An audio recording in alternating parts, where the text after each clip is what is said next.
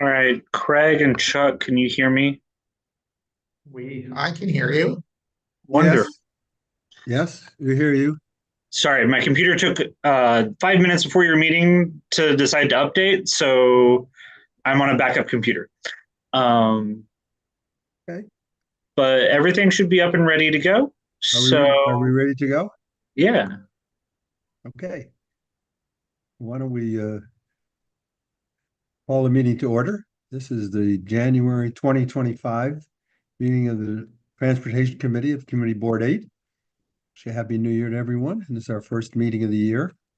And Will, why don't you go through your normal recitation here before we get started?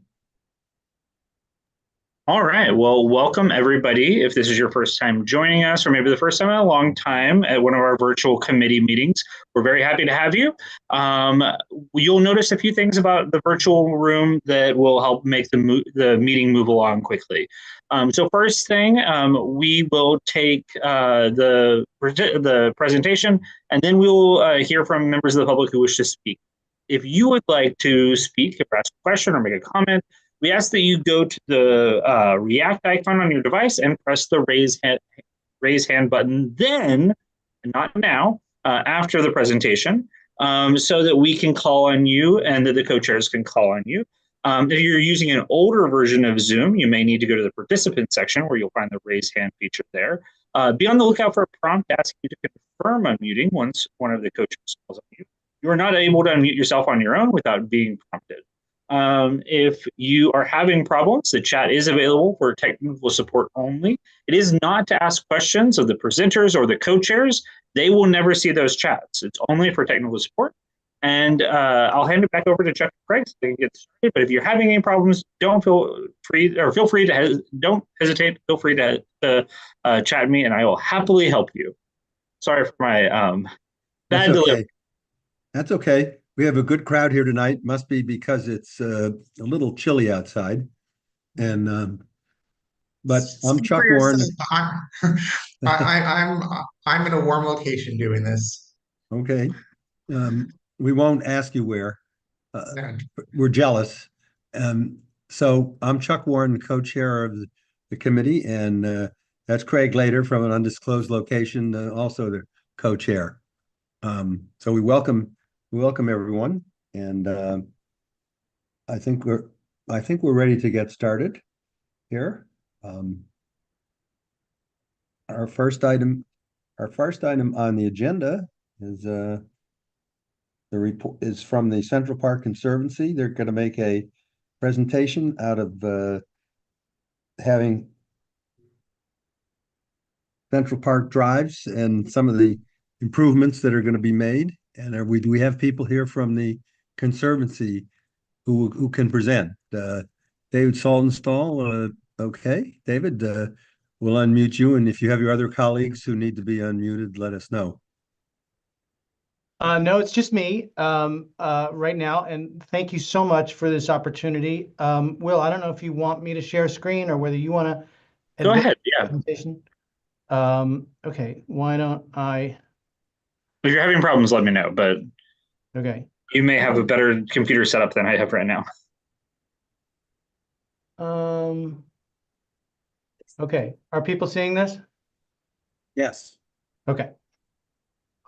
Very good. So again, my name is David Saltonstall. I'm the Vice President for Government Relations, Policy, and Community Affairs, and I'm very grateful for this opportunity to take folks through an overview of what we generally call the drive study. And this is a process that we began really over like a year and a half ago, when we sort of came to the decision that it was time to really rethink the drives in a comprehensive way. Um, the drives have not been repaved, first of all, in probably more than a decade in a comprehensive way.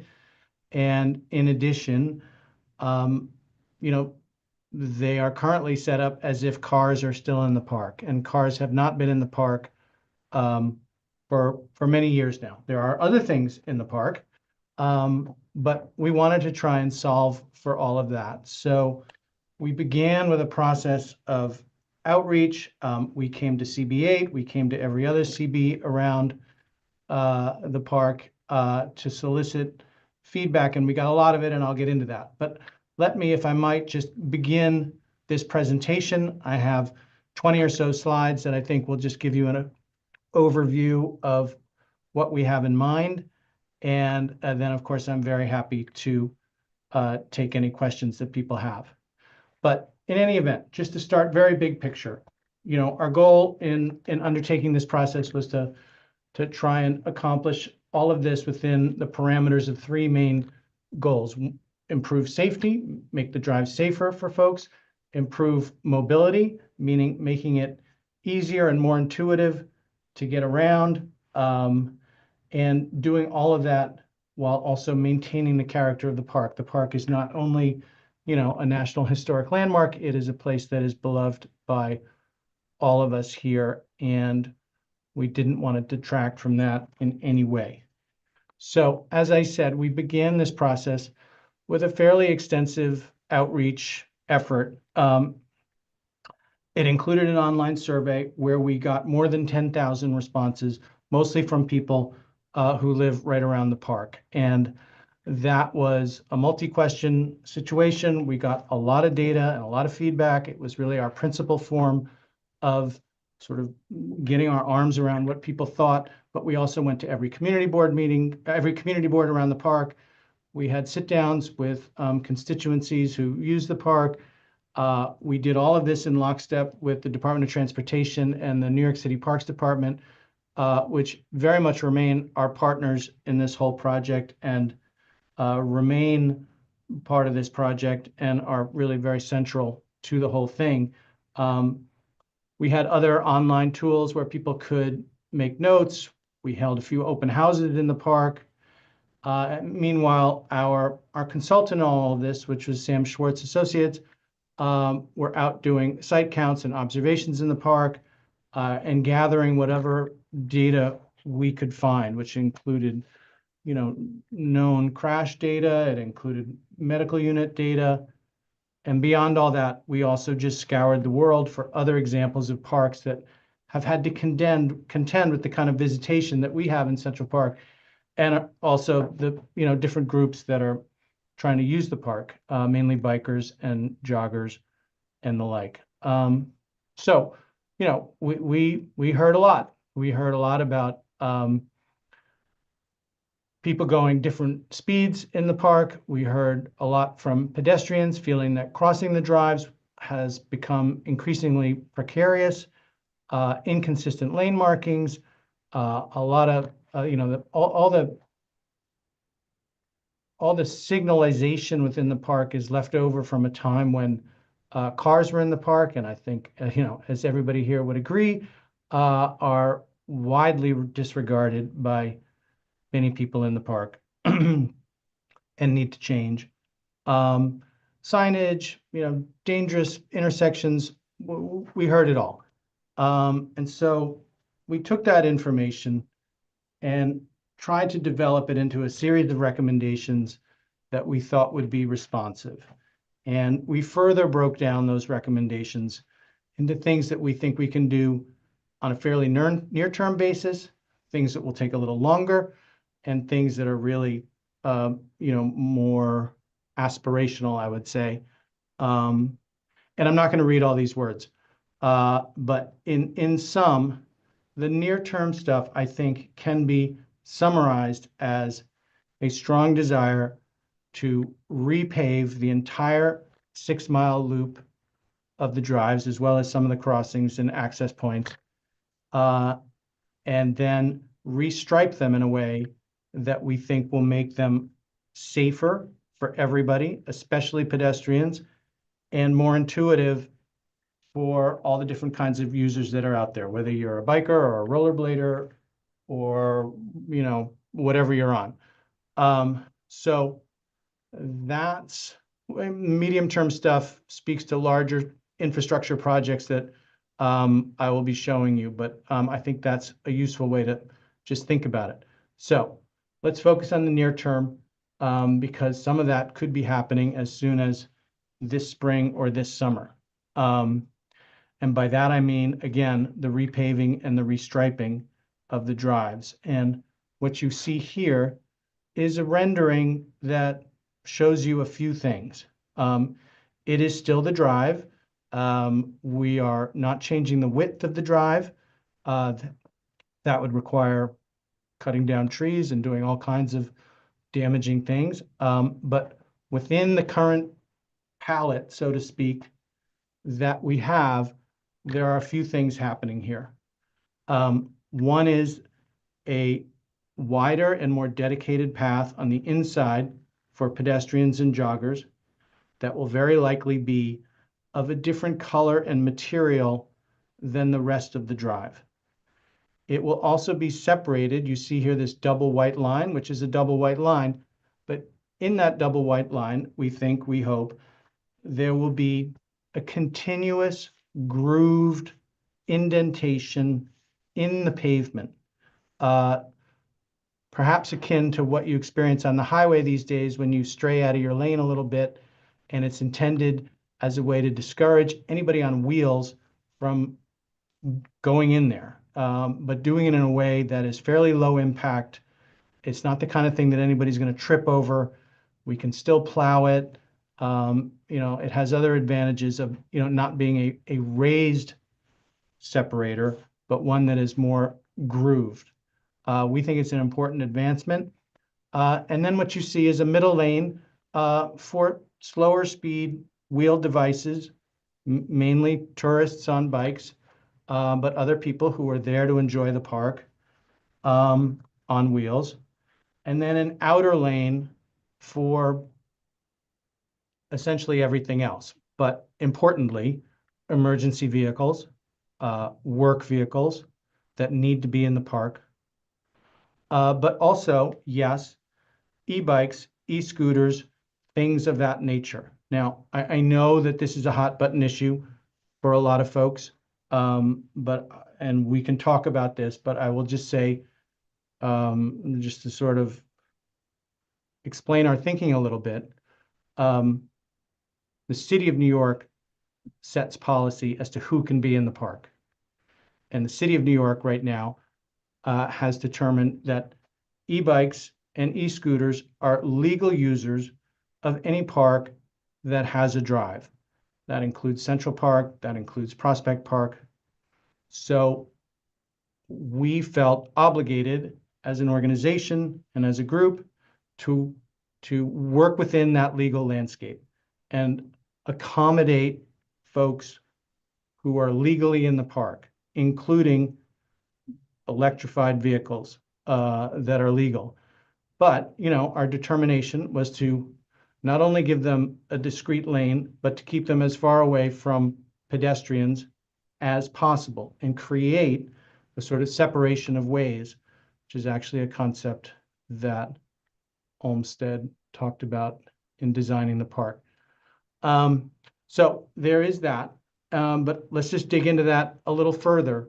What you see in the middle here in these existing conditions was something that was kind of interesting to us, which is that, the drives not only get quite a bit wider in certain sections of the park and narrower in others, but even how space is allocated within those, that distance changes a lot throughout the park. So we thought it important to give the whole thing some consistency. I will point you towards number one here. This width in this situation is what predominates on the east side above 72nd Street right now.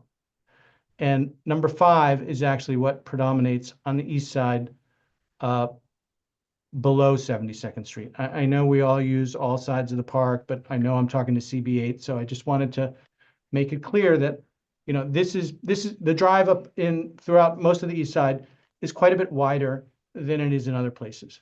So how are we going to deal with that? I think what you see here is a more consistent allocation of the space where there's a consistent 10 feet in the middle for wheeled devices that are going slow. There is a consistent 11 or 12 feet, a lot of which is set by is a regulation related to emergency vehicles on the outside. And every other bit of space that is available, once you get done with these 2 lanes, is allocated to pedestrians and to that inner pedestrian lane. So right away, I think we think there will be some, things will be slightly more intuitive and consistent as you move around the drive. Because right now, it's kind of like all over the place in terms of who is supposed to be where. This just gives a slightly more closer up view of the basic template. Nothing you haven't already seen before. But this is an important point. There are 80 crosswalks in Central Park. And while there are similarities to many of them in terms of the volumes of pedestrians that may be using them, every single one is different for various reasons. So we're undertaking right now a separate crosswalk analysis that is looking at each crosswalk and figuring out what level of intervention is required at each to make them safer. What you see here is a slightly more, this is still sort of a low volume crossing, but, in addition to this sort of safeguarded pedestrian area, which has the effect of making the crosswalk shorter, the space where wheeled devices are allowed becomes smaller if you are safe standing in this space. And there are signage things that you can do. And if you really, build it out as much as one might, it starts to look something like this. And again, this is just a rendering. This should not be taken as set in stone in any way, but some of what you see here are, additional bumps in the road to slow folks down. You see flashing beacons that are much more aimed at pedestrians and bikers as opposed to sort of legacy vehicular stuff that nobody pays any attention to. And this right here is what you call a tabletop intersection crossing that is not a speed bump. It's not intended to, it's not as jarring as the speed bump that might be out there in school zones and things like that people might be familiar with. But it is absolutely a raised, sort of gradual, elevated hump in the road that is intended to slow people down. It is actually flush with the curb for pedestrians. What you're looking at here is a section on the west side by the Delacorte Theater that is, one of the trickier intersections in the park. It's on a downhill slope. Bikers go fast here because it's on a downhill slope. And there can be a lot of foot traffic through here. Definitely during, Shakespeare in the Park, but other times as well. So it's an example of a place that might require a heavier level of intervention than a lot of other places. So that's the pavement and that's the striping. Some other things that just occurred to us as we were, sort of examining the existing infrastructure is that we do have a lot. I mean, we have, I think, 19 archways, the things that go under the drives, tunnels, archways, whatever you want to call them. And a lot of them are near some very busy intersections that are above ground on the drives. And we think we can do a better job of directing people towards those archways, making them more inviting. I think some of this has been misconstrued as we're going to require pedestrians to take the archways. That is not at all our intention. If people still want to, but this is a good example. Like,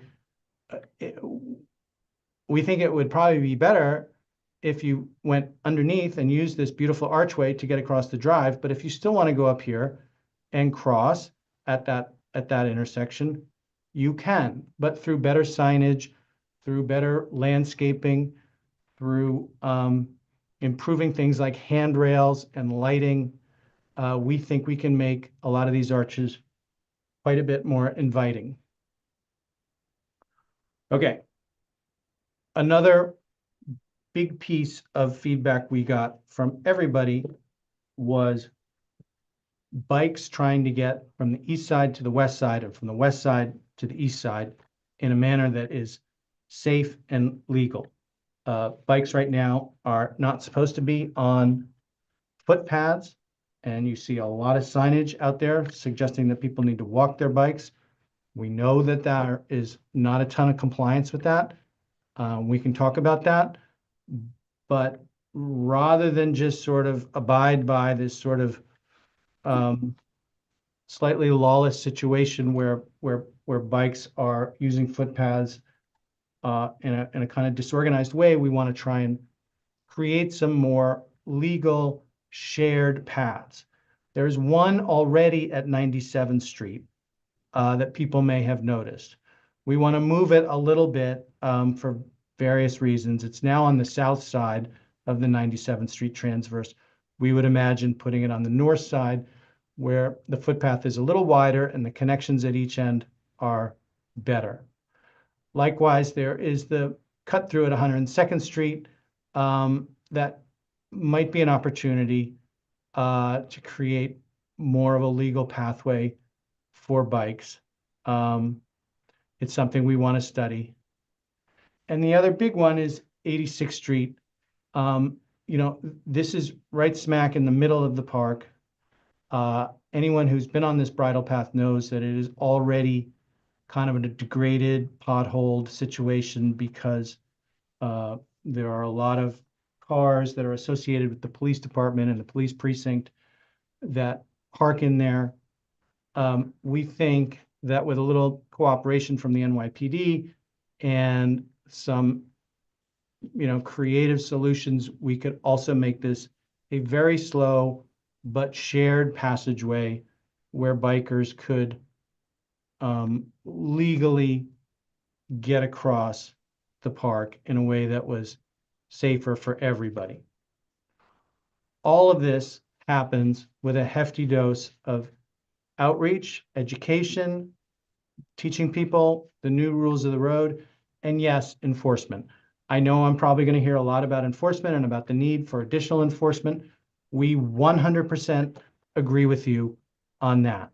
The Conservancy is not authorized to issue summons. That's not part of what we do. That is reserved for the police department and to a lesser degree to the Parks Enforcement Patrol. It is a constant struggle in the park as it is in other parts of the city. But we absolutely understand that additional enforcement needs to be part of the picture. So that's all the near-term stuff. By near-term, I would say stuff that we hope happens this year, by and large.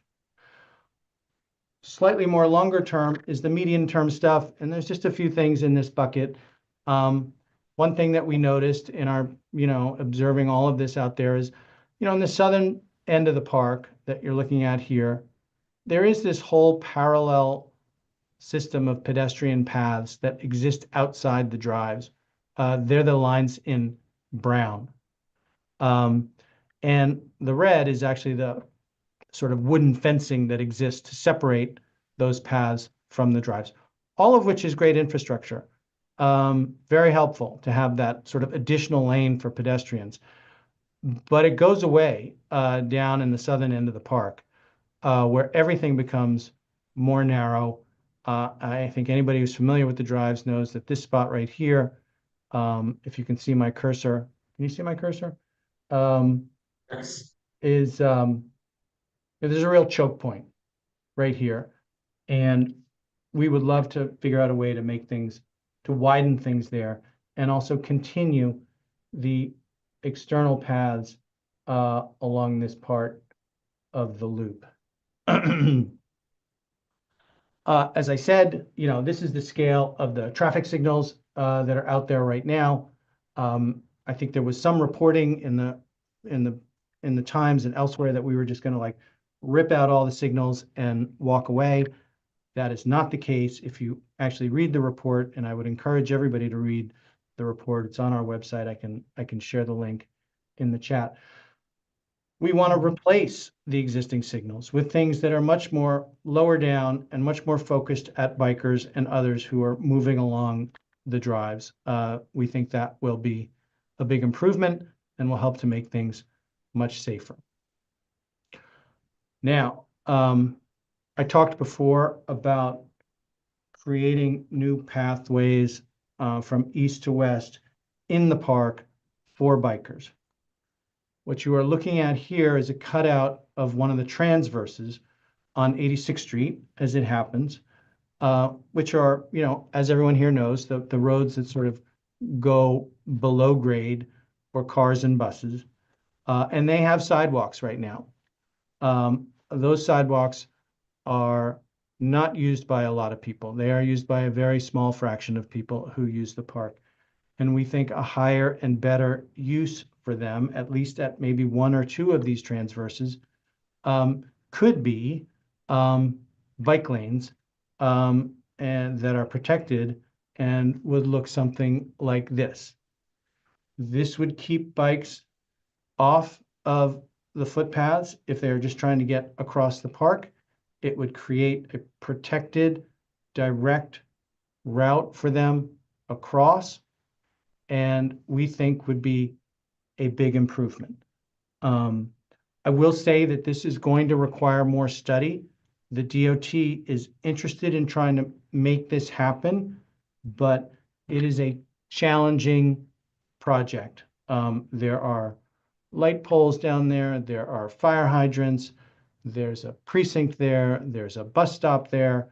Like, all of these things would have to be solved for, but we think it is doable. There is the space, we think, to do it. And, you know, it's obviously you can't make the transverse roads any wider than they already are. They are literally bounded in stone.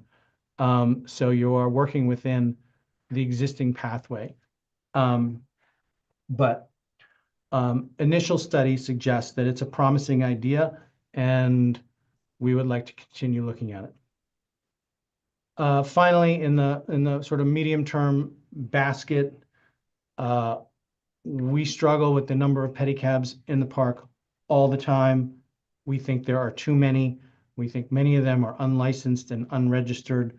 We are having some very high-level conversations with the police right now about doing something about that.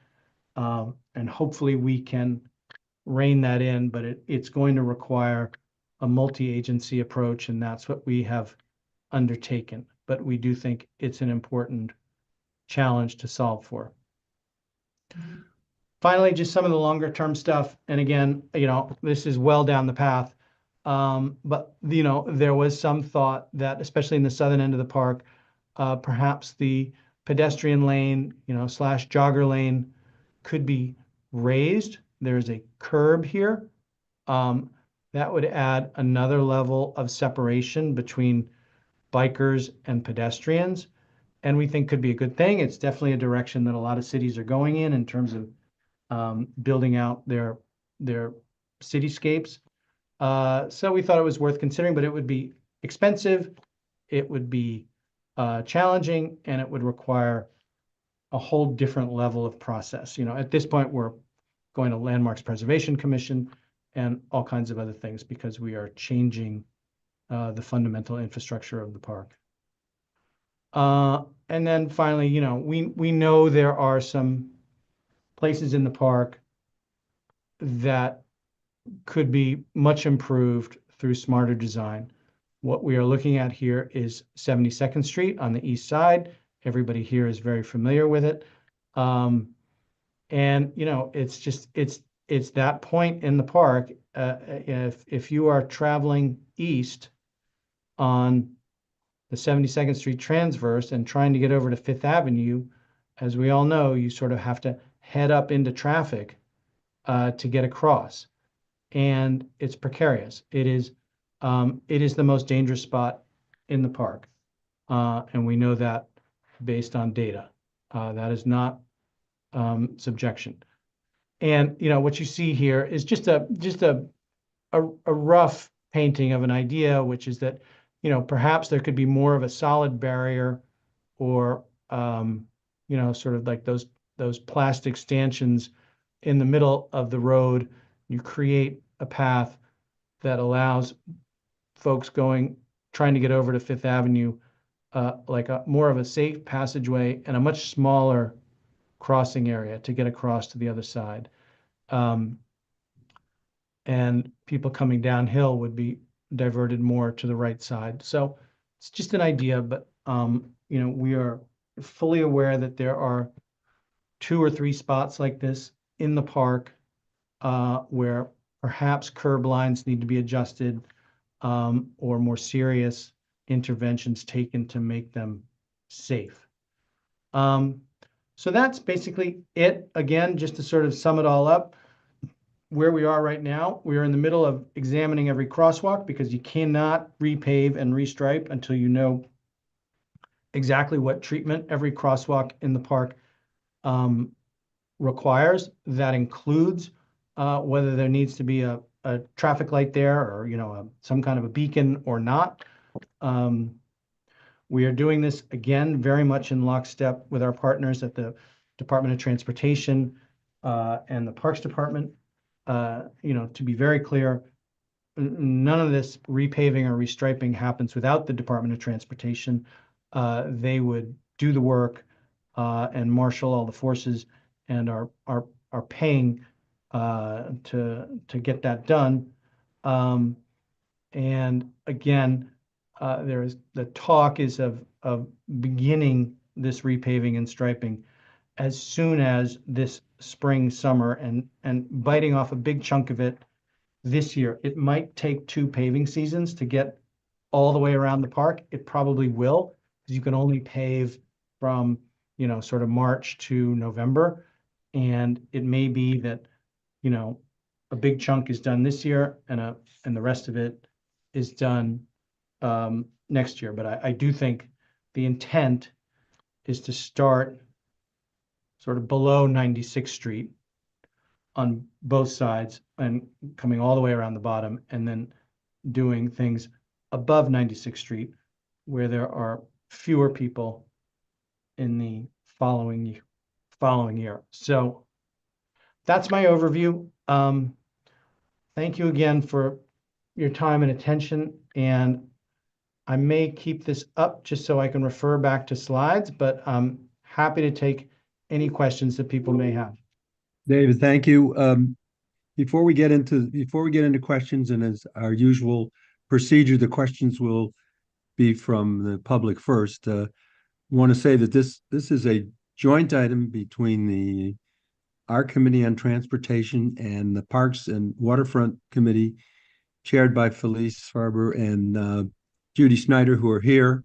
And I don't know if Felice and Judy would like to say anything in a preliminary way. I know they had both their hands up, but if they want to say something, we should unmute Judy and Felice for any remarks they would like to say. Go up, Felice. I see you're unmuted, and Judy, Judy's unmuted. Go ahead, folks. No, I'm just a great presentation, and I'll wait my turn to ask my questions. But thanks, Chuck. Hey, Judy, anything? Ditto what Felice said. Okay. Now, a couple of things to point out here. We have a lot of people here tonight. We have 70 participants, and we want to let everyone have a chance to speak. So we would appreciate it if people would keep their remarks concise, and we don't like to cut any people off, but I think, 2 or 3 minutes is probably what we should keep them to. And if there's, if we start to get things going on too long, we will have to cut things short. And also that I think we ought to realize that people will have divergent viewpoints on this, and hopefully we can keep to the appropriate level of civility, which we've always tried to do in our committee and on our board. So with that, let's go to some of the participants here, and let me see here if I see Arturo listed for right with his Arturo Porzinski was for Skansky, where is had his hand up for a long time. Why don't we unmute Arturo? Go ahead. Thank you and good evening. My wife and I raised our children in Central Park, and now we have the privilege to help raise our grandchildren in the park. When our children were little, vehicles, cars were allowed, as you know, in the roads. But somehow they were easy to deal with. Children grow up, and we teach them very early how to handle cars, and car drivers knew for the most part how to handle themselves. And if there was a problem, at least they had a license plate and we could identify them. But e-bikes are a terrible problem. They don't have identification. They don't have any self-discipline.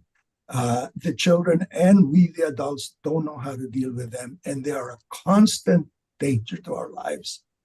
And so I understand that the report in this committee did not have the authority to recommend the banning or to enforce a ban on the e-bikes, but at least there could have been one sentence. And since e-bikes are the #1 safety concern by far of the 10,000 plus people you interviewed, the ideal solution would be to ban them from the park as cars were eventually banned. Just one sentence. And so that's what I find missing in the report. I think the recommendations are great. We need a fast lane in any case, but ideally there should be no e-bikes in the fast lane or anywhere else in the park. Thank you. Thank you. Who do we have next here? If I can just interject for a second, I do want to acknowledge that this board does have a resolution that we passed in June of 2023, in which we did call for the immediate suspension of the pilot program that allows e-bikes to be operated within Central Park. So this board has spoken up on that issue in the past. Okay. Who do we have? We'll have a couple of people talk, and then if David wants to, answer and, some of the questions or respond to some of the questions, you can certainly do that. Yeah, I mean, I'm not trying to remain silent here, but I'm not sure there's a question there so much as a sentiment, which I totally understand and respect. Again, as I said during the course of the presentation, our attempt here was to deal with the legal reality in front of us. And right now, that legal reality is that e-bikes and e-scooters are allowed in the park. So we felt that as part of the study, we should acknowledge that reality rather than ignore it. Let's see, who do we have next? I do have a list, but I'm not sure who was first here. I see someone with the name N. Lice. All right, and then be on the lookout for a prompt asking you to confirm unmuting. But once you've been called on, if your name isn't what you go by, please identify yourself and just let us know where in our district you live. Great, thank you. My name is Nina. I live on 88th Street and Madison, and my husband and I use the park all the time, both as walkers, and he is a cyclist. I completely agree with the sentiment of the gentleman who just spoke about e-vehicles. They are a serious, serious danger. And I understand the Conservancy's point of view that they are legally required or allowed to be in the park. But rather than build a program around further access of e-vehicles, we should all band together as a group and say they don't belong in the park, rather than finding ways to just increase the use of e-vehicles in the park. Now, not only are they on the roads, but the one safe haven for runners and joggers and walkers used to be the reservoir and the lower loop. Bridle path. And now e-vehicles are rampant there as well. So there is no safe haven. There's no way to cross the street safely. There's no way to be in the park safely. And even if they're registered and licensed, which is a step in the right direction, as long as there is limited enforcement, And they are allowed to proliferate. And by having a plan like this, making it easier for them to use the park, this will be a real menace. And it's a shame because the park is no longer the safe haven that it was designed to be for those of us who live in New York City and use the parks. Mhm. Thank you. Yeah. I mean, Okay. I would point people towards this recommendation here. A lot of the e-bikes that are in the park are just trying to get from one place to another. They're not necessarily there to enjoy the beauty of the park. And if we could create dedicated paths on the transverses for bikes, including, delivery bikes, I think that would take a lot of pressure off the drives. So if there is something here that, if there's a solution here that people want to get behind, we would love it if people could, in addition to all the other things that you have said, raise your voice around the importance of further exploration on this idea, because we do think it would make a big difference in terms of the amount of traffic in the park. Thank you. Looks like Andrew Fine on my screen here. Yeah. Let's unmute Andrew. Go ahead. Hey, Chuck, thank you so much for the opportunity to speak tonight. I want to make a major correction here.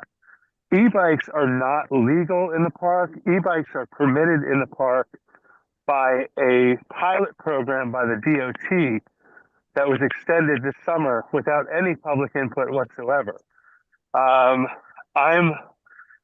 shocked that the Conservancy has decided to put forward a plan where they are incorporating e-bikes as if completely legal, spending $1 million on this plan, when in fact, it's still a pilot program. So that assumption is incorrect. I'm also unhappy with the idea and the suggestion that people should look at these historic archways of which to cross the park drives, of which there's only, I think, one between 74th Street and 104th Street on the east side. That's ridiculous. The report also says that only 2% of all users of the drive are 65 and older. I call that into serious question. And in fact, when I was asking who they were asking in this survey and threatened a FOIL request with the help of Council Member Bob Holden, the parks and the Conservancy both continue to refuse to say exactly which email lists they use to solicit input. And I suspect it's probably the bike lobby. Additionally, the pedicab reform working group, please, pedicabs are much heavier than even e-bikes. They pack 3, 4, 5, 6 people onto the e-bike. They play loud music on boom boxes. They are basically a bad experience ready to happen for anybody who uses the park. The tourists, you see there's no regulation. They're either a flat rate, or they're $5 a minute, or $6 or $9 or $10. I've seen it all.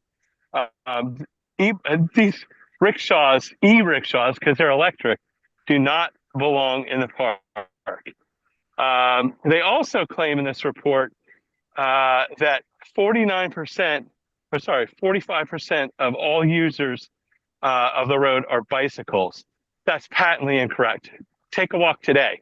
It would be 90% pedestrians and runners.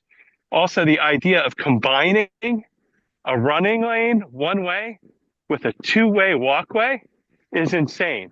And additionally, in terms of runners, did they actually talk to New York road runners? Because these little ramps and bumps, I don't know how they're going to run a road race in Central Park with these things in the way. So end of the day, I don't understand. This is our oasis. This is our reprieve from the hustle and bustle of New York City. The last thing we need is to make Central Park into a DoorDash expressway. And I'm really sorry, but I know that park users and donors to the Conservancy are outraged. I know people that are literally 6- and 7-figure donors that want nothing to do with this. And I hope the Conservancy changes its tune and reprioritizes towards everyday users, pedestrians, and people who are just looking for a little bit of peace. Thank you so much for your time. Andrew. David, what's the issue of whether this is just a pilot program and whether there hasn't been any real go ahead for the e-bikes in the park? Is that what's your understanding of it at this point? I mean, I think I would Colleen on the line in case she can also weigh in from DOT's perspective. Yeah, I mean, I think on that, I would defer to DOT, which I know is on the line. Secondarily, there were many things that Mr. Fine said that were not accurate, so I'd be happy to address any of those things. Yeah, hi, it's Colleen from DOT. You're absolutely right. The e-bike project that we have is a pilot. And the thing is that we want to be inclusive and include all, users into the park. I mean, I think the thing is that we have to look and we have to balance this. But I'm going to find out more about the pilot program and what the outcome is with it and what the analysis determined. And I can share that with the board and follow up with the Conservancy as well on that. So I think so let's just be clear that from our standpoint, there's nothing that says that e-bikes have to be in the park at this point. There was a pilot program. So, and I think we ought to keep that in mind as our committees go forward on this thing. Okay, thanks. David, I don't know if you wanted to address any of the other issues that were brought up before we go on. I mean, I don't really know where to begin, but Mr. Fine said we spent $1 million on this project. We spent a quarter of that. I don't know where he's getting that number. I think he's making it up. Yes, we have archways in certain parts of the park and not in other parts of the park, but that's the original design. Just because they don't exist at the north end of the park does not mean we shouldn't maximize their use or at least make them more attractive where they do exist. In terms of the numbers he cited about only 2% of the people, are seniors. The data in the report suggests that 22% of the people who responded to our survey are 65 or older. So their views are absolutely represented in what happened in this report. Yes, we have talked to the Roadrunners Club. They are wildly enthusiastic about the changes that we have imagined here. So any suggestion that we didn't talk to them or they are somehow opposed to it is false. And in terms of the pedicab working group, yeah, obviously there's a lot of challenges with pedicabs. But, I was on the phone today with the NYPD, the Department of Consumer and Worker Protection, and a deputy mayor talking about what we're going to be doing about pedicabs. There was a major sweep last week. There's going to be another major sweep next week, and things are moving on that front. Can you explain that a little bit, David? When you said the major sweep, does that mean they're going to be not going to be in the park? Or going to be what does it mean? What are you talking about here? We're talking about confiscations of illegally registered or unlicensed pedicabs, which the NYPD, I think, picked up 17 or 18 of them last week in a one-day sweep. They plan to continue those sweeps going forward. There is generally a lot of failure to abide by existing city regulations by pedicabs around licensing, around motors, about where they're supposed to be. Not for a second denying that it isn't a huge challenge. But the pedicab working group, which is already underway, is intended to take a multi-agency approach to that problem because one agency licenses them, another agency enforces the rules of the road. There are owners, there are drivers. It's a very diverse population, and nobody wants to fix it more than we do. And we are doing our best to get our partners in city government to pay attention. And we have a lot of support, not just, within Central Park, but, this is a very similar problem in Midtown, in Bryant Park, and in other parts of the city that are equally frustrated with the situation. And we are all together trying to be constructive and doing something about it. So, What I does don't that want. mean for pedicabs in the park then? Well, I mean, they cannot be barred under existing law and regulation. But to the extent that we can make sure that only, pedicabs that are legally registered and licensed and insured, which current city law does require, we think we can reduce their numbers and make it much more painful for them to be on the streets illegally. Are they allowed to allow music in the park too? No, 100%. There is no allowance for amplified sound in the park, period, without a permit. And again, we are well aware that that is a difficult thing to enforce, and we all see it all the time. But no, the speakers that the pedicabs have, in particular, are 100% illegal, and there is no allowance for them in law or regulation. Thanks. Let's continue on. Next, I believe Susan Fields. So can we unmute Susan? And Mary Vackers will be next. Go ahead. I'm trying to mute myself. Yeah, you're okay. You got it. Oh, okay, great. I have this question. I think I know the answer to it. Is the Central Park Conservancy a 501c3 not-for-profit organization? Yes, it is. Okay. I have here that your mission statement is to preserve and celebrate Central Park as a sanctuary from the pace and pressures of city life, enhancing the enjoyment and well-being of the people of the city. I also have here what happens to a not-for-profit organization that does not fulfill its mission. And from every eyes can see and ears can see in the city, since the implementation on the streets of the city of e-bikes, mopeds and such, this for me and most of the people I know has become a major quality of life issue. I myself am absolutely dreadfully afraid to go through a crosswalk, even though there's a bike lane next to me. The bicyclists don't follow the law. They break the law. They can do terrible damage to your body, not only to the fact that if you're walking around afraid all the time, that's a huge amount of stress. So based on what you have as a mission statement, okay, it does not seem to me that allowing these cyclists who are not licensed and not registered, and they are unaccountable in the city when we have already have a major problem for them elsewhere. Now, what can happen to a not-for-profit if it fails to fulfill its mission or goes against its mission? This may alert the IRS to revisit the not-for-profit's registration and make a determination as to whether the work of the organization still qualifies under the law as tax exempt. So when you say, I'm not personally attacking you here, that look, we don't have any recourse here. The city has said this.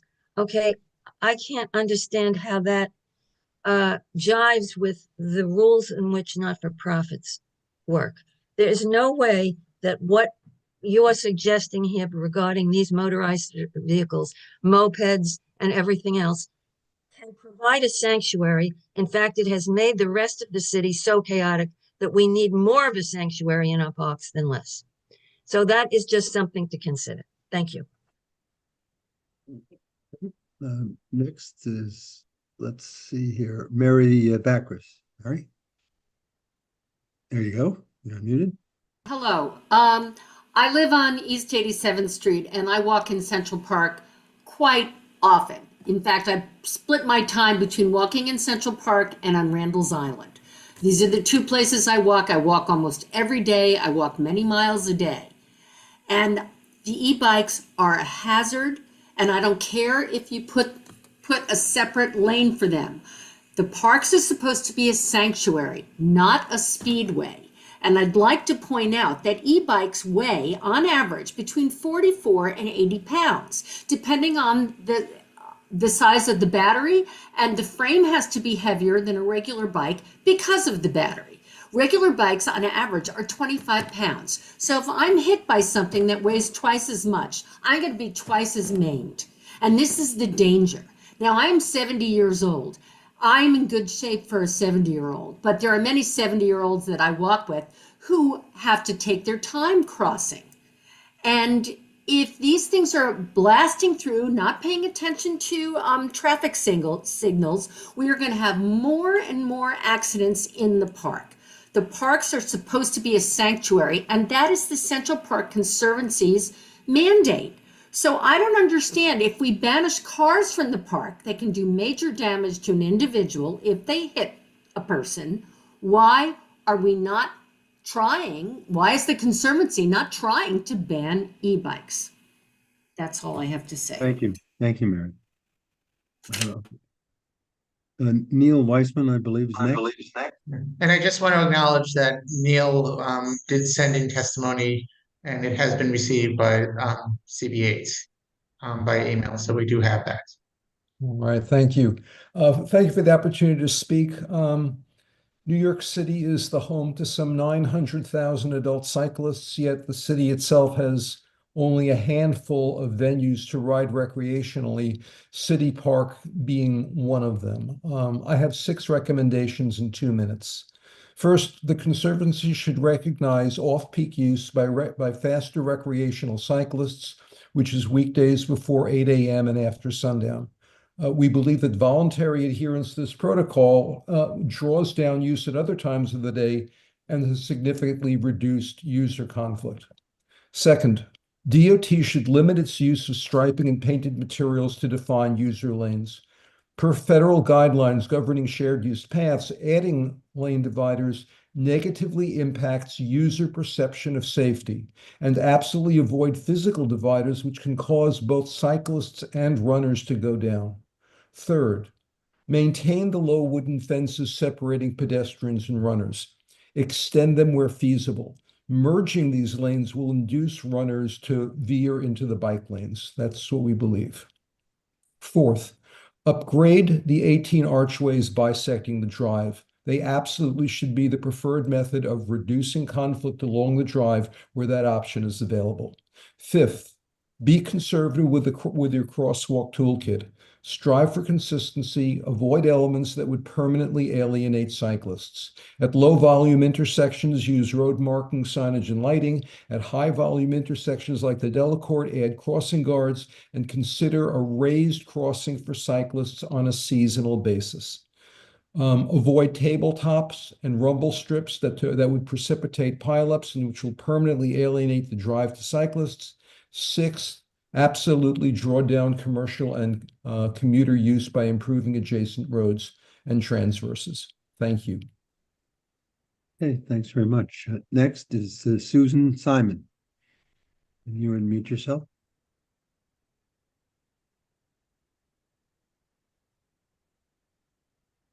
Okay. Thank you for the opportunity to speak. I live on Central Park West for over 40 years, and I have never experienced the kind of fear and danger that I do when I now go into Central Park, which admittedly is a lot less than I used to go in. We are endangered on our streets every day by lawless, unregulated e-bikes. And it is incredible to many of my neighbors and a community organization which I chair, that e-bikes were allowed into Central Park, which is a respite from the dangers and the density and the traffic of the rest of New York. For some time, the Upper West Side tried mightily to get automobiles out of the park, and we succeeded. However, I will say automobiles used to mainly obey traffic laws and stop at the lights. That is no longer the case with motorized two-wheel vehicles. They are unlicensed, unregulated, uninsured, and they do not obey traffic laws. They don't self-regulate. And I might add that in Central Park, as beautiful and as it is, there's literally almost no enforcement of any kind. I, amongst others, have gone and talked with the Central Park Police. They find pursuing e-bikes in the park to be extremely difficult. With those e-bikes have come mopeds, because, you know, why shouldn't they ride in the park if they see e-bikes riding in the park? And literally there is almost no enforcement of any kind. So you have e-bikes on the bridle path. I haven't actually seen them on the reservoir, but I hear that they're there. This is an outrage. The park is one of the most precious things we have in this city. It's used by millions of people, and the concern should be to keep those people safe, to offer them a modicum of safety. And that is not what the city is doing, and sadly, it's not what the Conservancy is recommending. And I find that to be beyond problematic. I would like to encourage the Conservancy, who has somewhere like an $80 million endowment, to help to protect the people of this city.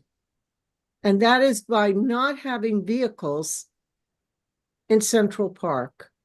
Thank you, Susan. Okay, next is Emily J. Could you identify yourself for the record, Emily, fully? Hi, my name is Emily Jordan. I live at 84th and Lex. I used to go to Randall's Island Park until I just got fed up with having mopeds and dirt bikes and ATVs pop wheelies on the pathway, so I no longer go there. I do go to Central Park most nights, though. I try to walk 10,000 steps a day just for pure exercise. So I'm one of the few people you believe actually walk along the 86th Street Traverse. Again, I just prefer to walk. I find it's a good way to clear the mind, to get exercise. And actually, it was that particular issue of this entire bike redesign that got me interested in attending community board meetings. I'm actually appalled at the idea that you're going to rip out the pedestrian sidewalks in the Traverse and completely take the Traverse away from pedestrians to give it to cyclists. I think it's unnecessary. I did see some talk, I guess, earlier in this program about the bridle path that's just to the north of the Traverse, and maybe instead of making that a pedestrian path, make that a bike path. So the reason the Traverse as it stands is more preferable for pedestrians now is at night, and we're at a time of year where it's dark, 14 hours out of the day. There's much better visibility for pedestrians along the Traverse. There is access to the police station along the Traverse. There's none of that if you hide us up in the bridle path where you can't be seen from the reservoir and you can't be seen from the police station or the street. That's just not safe for pedestrians. In terms of bicyclists, I think it's been mentioned there's a wholesale lack of enforcement. Despite having traverses already, they basically cross the park wherever they feel like, whenever they feel like. I've been walking into the park on 84th Street. And it's been like Saturdays where it's so crowded. There's literally 4 baby carriages, a bunch of pedestrians, people just crowding into the park.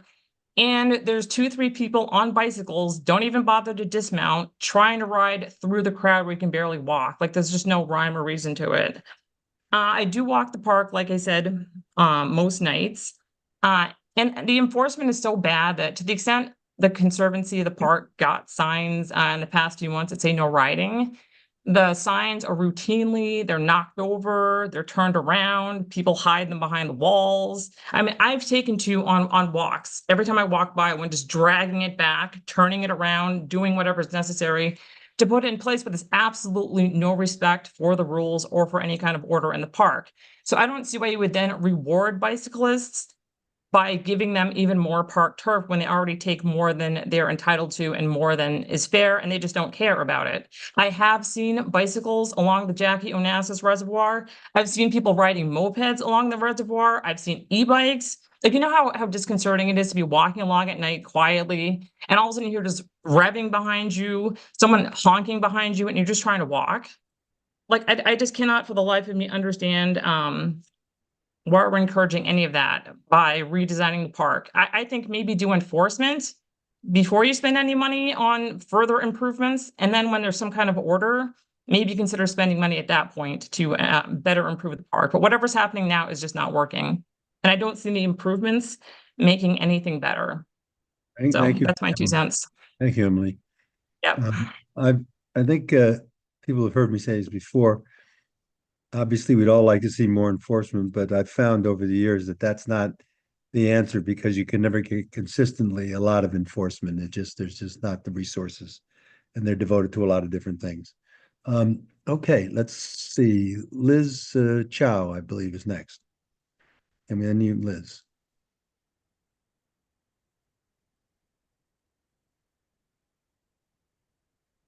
Liz, you should have a prompt on your device asking you to confirm unmuting. If not, we'll call on the next person and come back to you.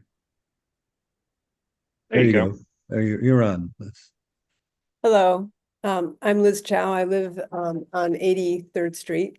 I'm a frequent user of the park. I want to thank the Conservancy for seeking to improve safety in the park, but I am afraid that the proposal that's been put forth really seems to seek to redesign the park for the benefit of e-bikes. And I think that's a very bad idea.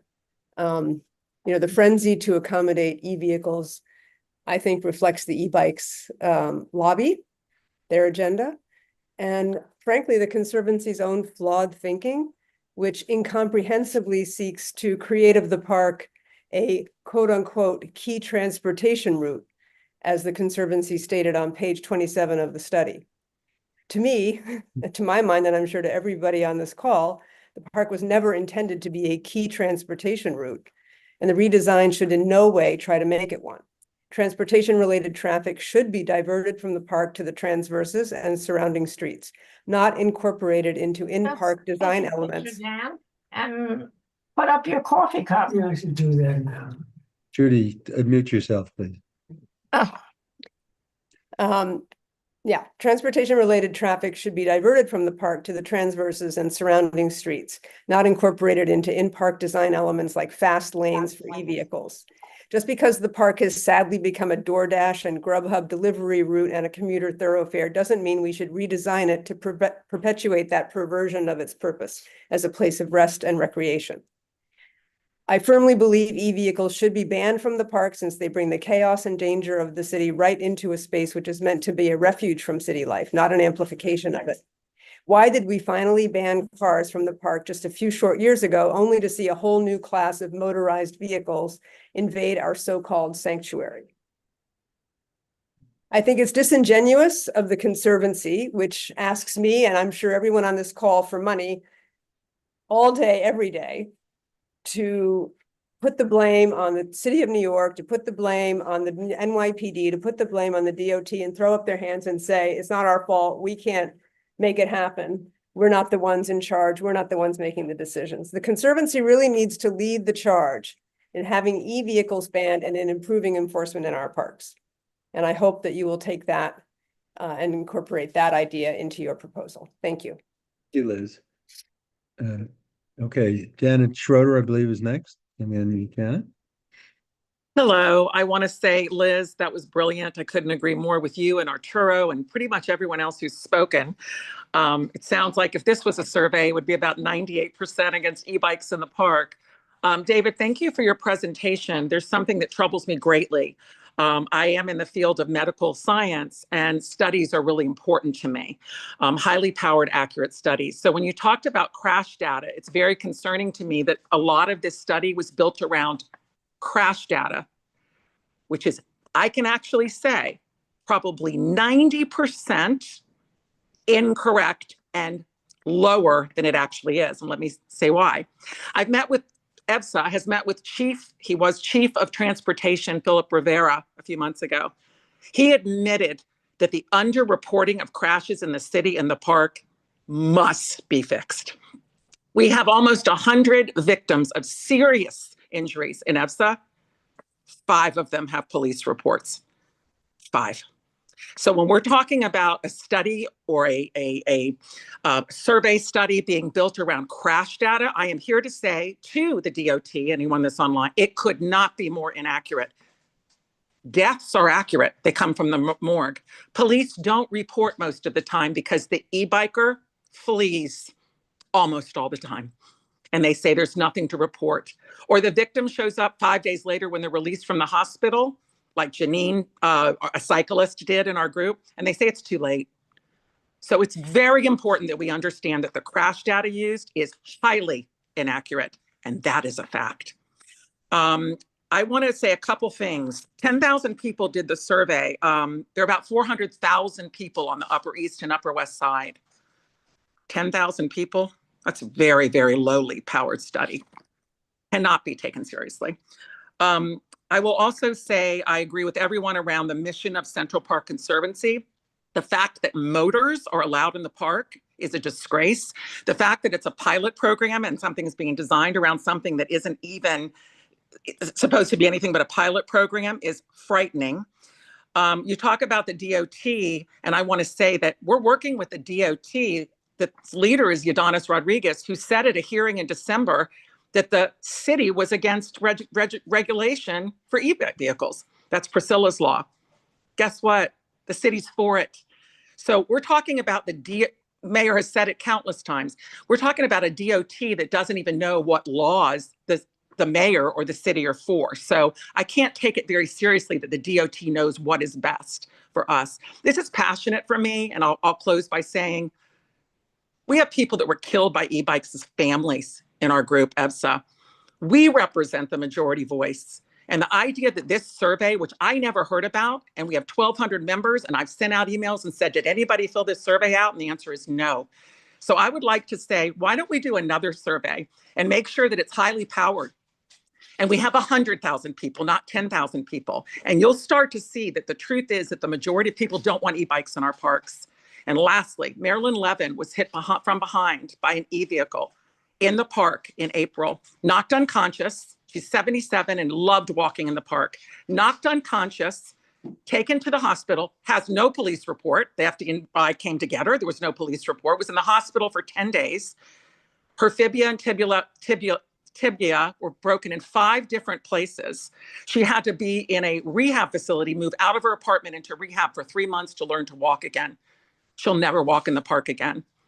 That's the reality of what's going on here. Not idealized studies and little surveys that are barely highly powered. The reality are the victims, and that's who you should be talking to. And I want to thank CB8 so much for writing the resolution against e-bikes in our park. You are one of the few community boards that hasn't been overtaken by this bike lobby. Thank you so much, CB8. That's all I have to say. Thank you, Jen. Okay, David. Oh, one quick thing about David Vassar is next. Can we unmute David?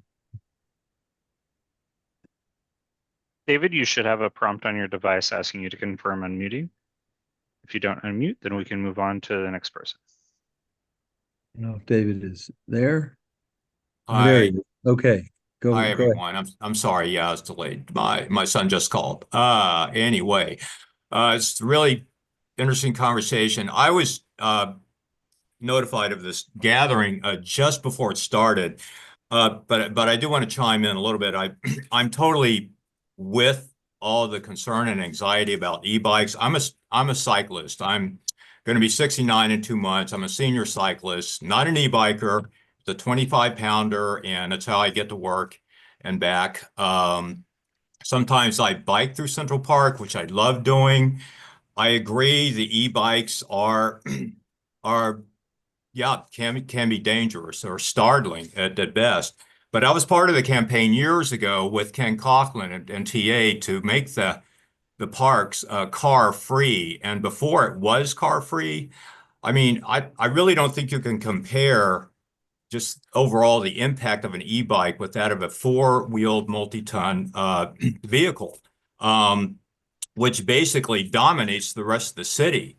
And why do people seek the parks for, need the parks for such a respite? It's really because the rest of New York City is dominated. I mean, acoustically, the air, is constantly filled with fumes, and the danger is constant. And that's from multi-wheeled vehicles.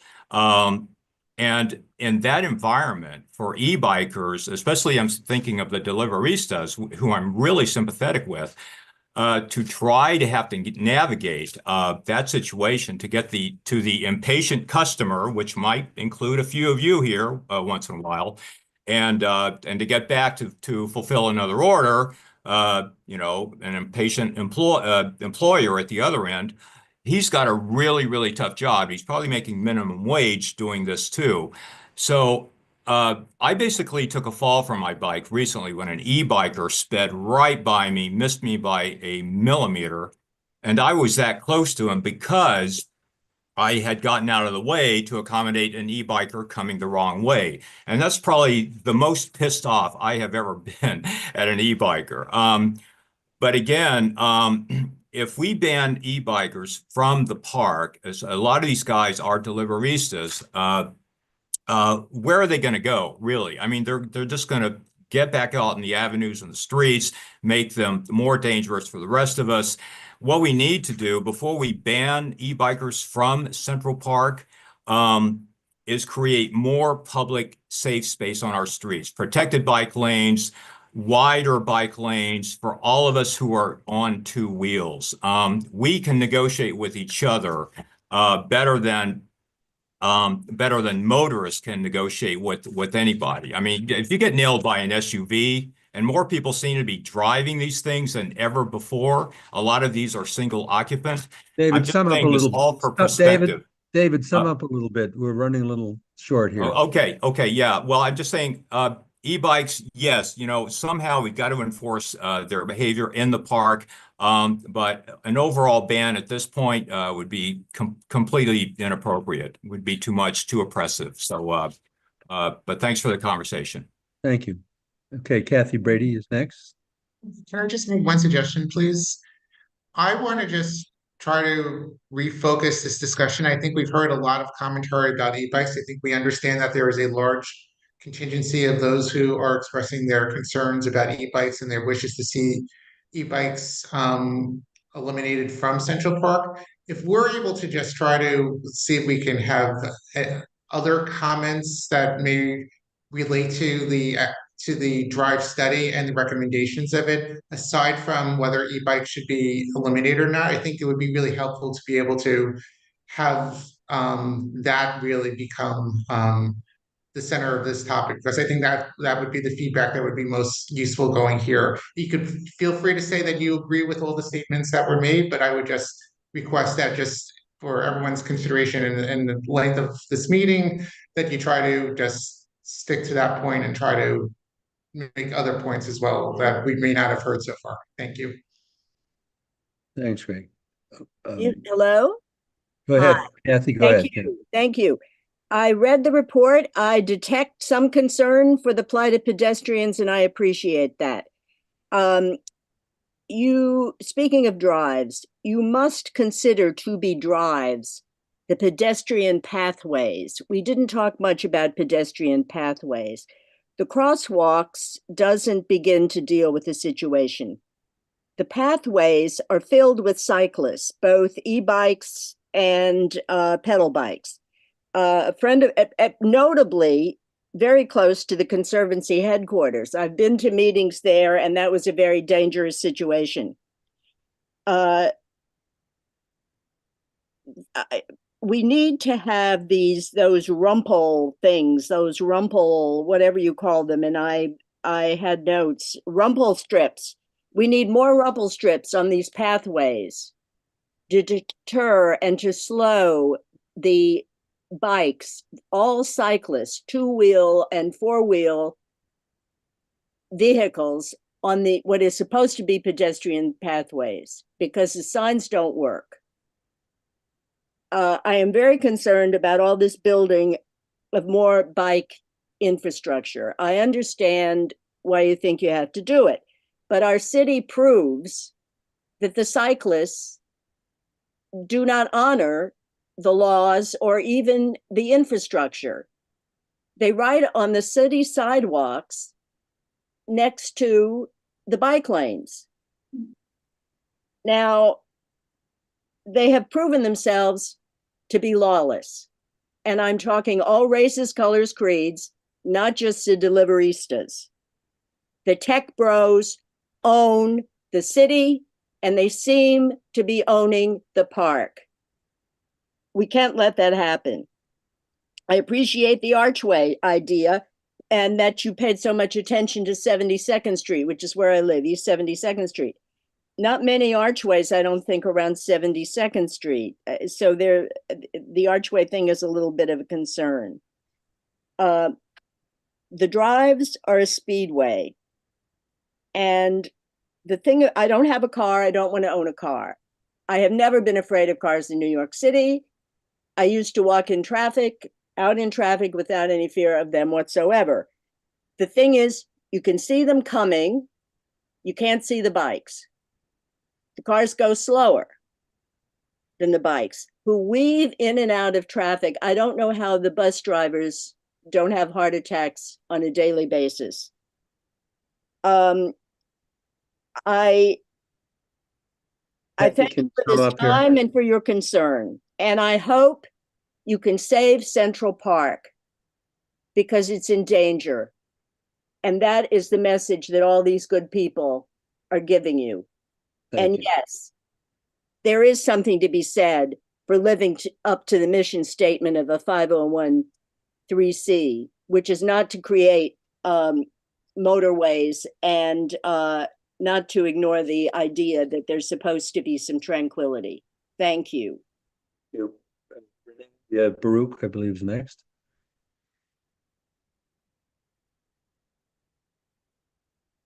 Go ahead, Renee. Good evening. Thank you for the opportunity to speak. I am speaking here as someone who uses the park on a daily basis. I live on 79th Street and I'm in the park every single day. I find the plan for crosswalks really very inadequate. I do not see how you would get any bicyclist to actually stop. And that's really what's needed. We need those red lights. We need the traffic signals. And if you have to make them lower or make them more intrusive, do it. And the other thing that we absolutely need is we need better signage with respect to the rules against cycling on the pathways. I know that I have stopped every time I see a cyclist on the pathway, I say something. I tell them you're not supposed to. And I have been spat upon, reviled. One man threatened to hit me. But they all ignore me. And the trouble with the signage that exists now is that it is completely ignored. It is not obvious. It is not sufficiently highlighted. I'd also like to say something about your survey. When you have any study where the subjects are self-selected, and participants are self-selected, it's a completely invalid study. And this was such a study. All participants were self-selected. It destroys the validity of any study, any professional researcher will tell you that. I hope that there is some recognition of the fact that there are absolutely no archways above about 84th Street in the park. None. So you really must have those crosswalks made much safer. Thank you very much. Thank you. Next is Dylan Geronimo Kennedy.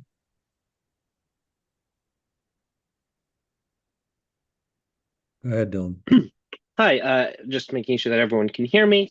I just wanted to ask, just put them out, and then I think David can kind of take them, though I'm happy to repeat them. First, I want to say thank you for the presentation. Very much appreciated it. Really kind of put a long report in a very nice form. I want to say I love the idea of the transverse. This is bike lanes to redirect traffic. I'm guessing the answer is no, but does the park have any say in creating a bike lane around the park to potentially also redirect some of that traffic? Because right now you're talking about east and west, but I think getting that northern traffic could also be a good way of improving that on the east side. And then the second question is, can you talk more about the bumps and raised crosswalks? Because I know right now around 72nd, there are already rumble strips, but they don't do a great job of stopping the particularly fast cyclists. And so I'm kind of curious how you can compare and contrast those, and if there are ways you can kind of dial that up more or less depending on the intersection. And then the last one's about the textured path for runners. Is that textured path easier on the knees? I know my dad loves to run in this and other parks, but a big concern for him is kind of running on pavement and the strain on that. So I was wondering if you could answer those three questions. And as I said before, I'm happy to repeat any of them, and I want to thank you for your presentation again. Thank you, Dylan. David, if you want to. Yeah, I mean, I think you said, does the park have any capacity to regulate roads outside the park? And by the park, I assume you mean the Conservancy. Yes. The short answer is no. DOT controls what happens on roads in the city of New York. There is a reference in the study to increasing bike infrastructure on all roads surrounding the park. Right now, that exists on, there's definitely a bike lane on the west side. There are unprotected bike lanes at the north and southern end of the park. There is no bike lane on Fifth Avenue. We would support something there to, again, take pressure off the park. And we say that. In terms of rumble strips, it's a very delicate balance. You want something that will slow down bikes, but we also have, rollerbladers and other people in the park with very small wheels, and a very large impediment for them could be extremely dangerous. So you have to try and thread that needle. That's why we think the grooved idea is not a bad one. And to the extent that there are speed bumps in the park, they are gradual and, not like the ones that are intended for cars. And in terms of easy on the knees, I think the materiality would not be that different. It's still going to be asphalt underneath there at the end of the day. We're talking really about like paint at the end in terms of its treatments. It might have a slightly like sandy texture to it, which would make it a little more grippy, I guess, for people who are walking. But it's not rubberized. It's not, anything else, because like anything else is not going to stand up in the park, given the level of use. I mean, we could put concrete there, but that would be worse for drivers, for joggers. So it's going to be asphalt. Okay, thanks. Thank you, David. Thank you. Thank you. Thank you. Next is Julie. If you could fully identify yourself for the record and unmute Julie. See, there's a prompt there. You should click on it. There we got it. There you got it. Can you hear me? Yes. Okay, good. I just have a few Can you identify yourself? comments. Oh, well, yeah. I'm Julie Right. Harvey, and I live nearby on 72nd Street. Thanks. I have though lived around different areas of Central Park, and I'm in the park hours a day with my dog because I'm forced to walk my dog every day. So, but I just want to be brief. I do want to talk about your images and your plants real quick, but I have one major comment. It's in your name, the Central Park Conservancy. That means to conserve. We have nature, and I'm going to stick up for the wildlife. I've seen a lot in the park through my years. I've rescued a few and saved the turtles, but I'll just give you a quick example. Getting to your pictures. Well, before the meeting started, I was just thinking the only thing, vehicles, is those, the bikes should be next to the vehicles cutting through the park on those the roads. But your pictures, and thank you for providing them, they're well done, and I appreciate you showing us all the different things that you like to think about. But I noticed that you drew in children and right next to the vehicles, the motorized bicycles. Let's call them motorcycles, but they're motorized bicycles or scooters. And you have children walking right next to them. And that is dangerous already because a child sees a little squirrel and wants to run and then he gets hit by a bike. An example, because I'm in the park every day, is just a real quick, brief example. The turtle crossing the road to go lay its eggs. And the scooter comes running down and sees the turtle and tries to swerve around it and hits the jogger or the little 2-year-old child. So you got nature and you've got motorcycles. And what's more important? Again, you're here to conserve nature, I hope. Now, I believe motorized vehicles belong with motorized vehicles. So e-bikes with cars. I don't play with elephants.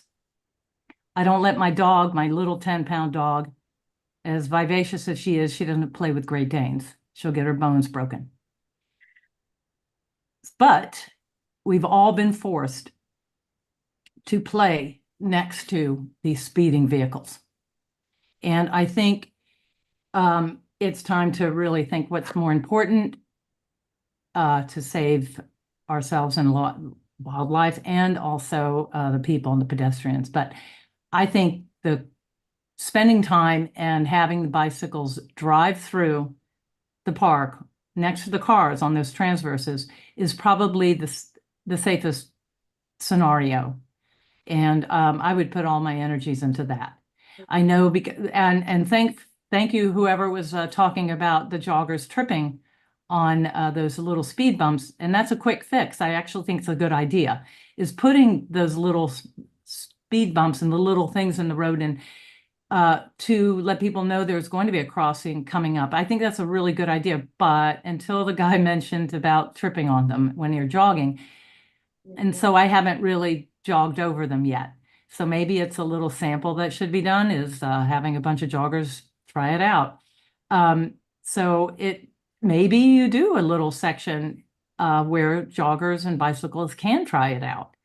But I think it's a good quick fix. But ultimately, I do think that the motorized belong with the motor vehicles. Thank you, Julie. Anyway, that's all. Thank you. Thank you. Bye-bye. Okay, next is Judy Paulson. Can we unmute Judy? Hi, thank you for the presentation and thank you for letting me speak. I'd like to start with facts and then give my analysis. At first, the facts. I do donate to the Central Park Conservancy. I live 2 blocks in Central Park, and I was not asked for any input on this study. Another fact is there are times when I have been basically forced to walk the 86th Street transverse, as Emily does so often. There are times when the park footpaths are closed, there are events, there are parades, and the cops have the over this that the footpaths closed down to get across town, and sometimes even the crosstown buses aren't running. So sometimes one does have to walk through the 86th Street transverse. It's not pleasant. And also, I do not use delivery services. I never have, and I do not plan to. So please do not put me in that box. Like Kathy Brady, I am not afraid of cars in Manhattan now. I'm only afraid of bikes. Now, those are the facts. Opinion-wise, I agree with many of what other people have said, is that motorized vehicles should not be in Central Park, period. I further agree with Susan Simon and with Emily that enforcement needs to be solved before we reward e-bikes. As others have said, lawless riders are really the root cause of this, are really the cause of the problems and the danger and the deaths and the injuries. I'm very glad to see that the proposal includes rumble strips. I hope they'll be designed to actually slow e-bikers and not kind of be a joke, as a lot of the other efforts to control e-bikers have been. I do have a recommendation. It would be helpful, I think, to add cameras at crosswalks and near the footpaths to aid enforcement, to capture the faces of bike riders. I say this because a woman was killed by an e-bike just steps from the park a couple of summers ago, and the only reason her killer was caught was because he was captured on a NYCHA building's security cameras. So cameras, I think, will really, really help with enforcement, as they're planning to do with congestion pricing. Finally, last, I want to thank CB8 for pushing back against the takeover of parks and the rest of our city by e-bikes. Thank you for the time. Thank you. Jackie, can you unmute Jackie and please identify yourself fully for the record? Yes, can you hear me? Yes. Okay, wonderful. Hi, my name is Jackie Savage. I'll be very brief. I feel strongly that the Conservancy has lost its mission. It's gone. They are on the wrong path. Excuse my pun. A number of words have been used tonight, and I just want to repeat them. Respite, oasis, sanctuary, refuge. That to me is what Central Park is and should continue to be. E-bikes are not part of this at all. Thank you. Back to Lo Vandervalk. Can we unmute Lo?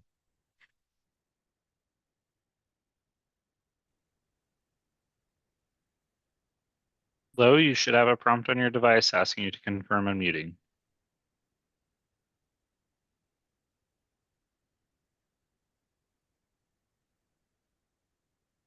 Lo, if you don't unmute, we may need to move on to the next person.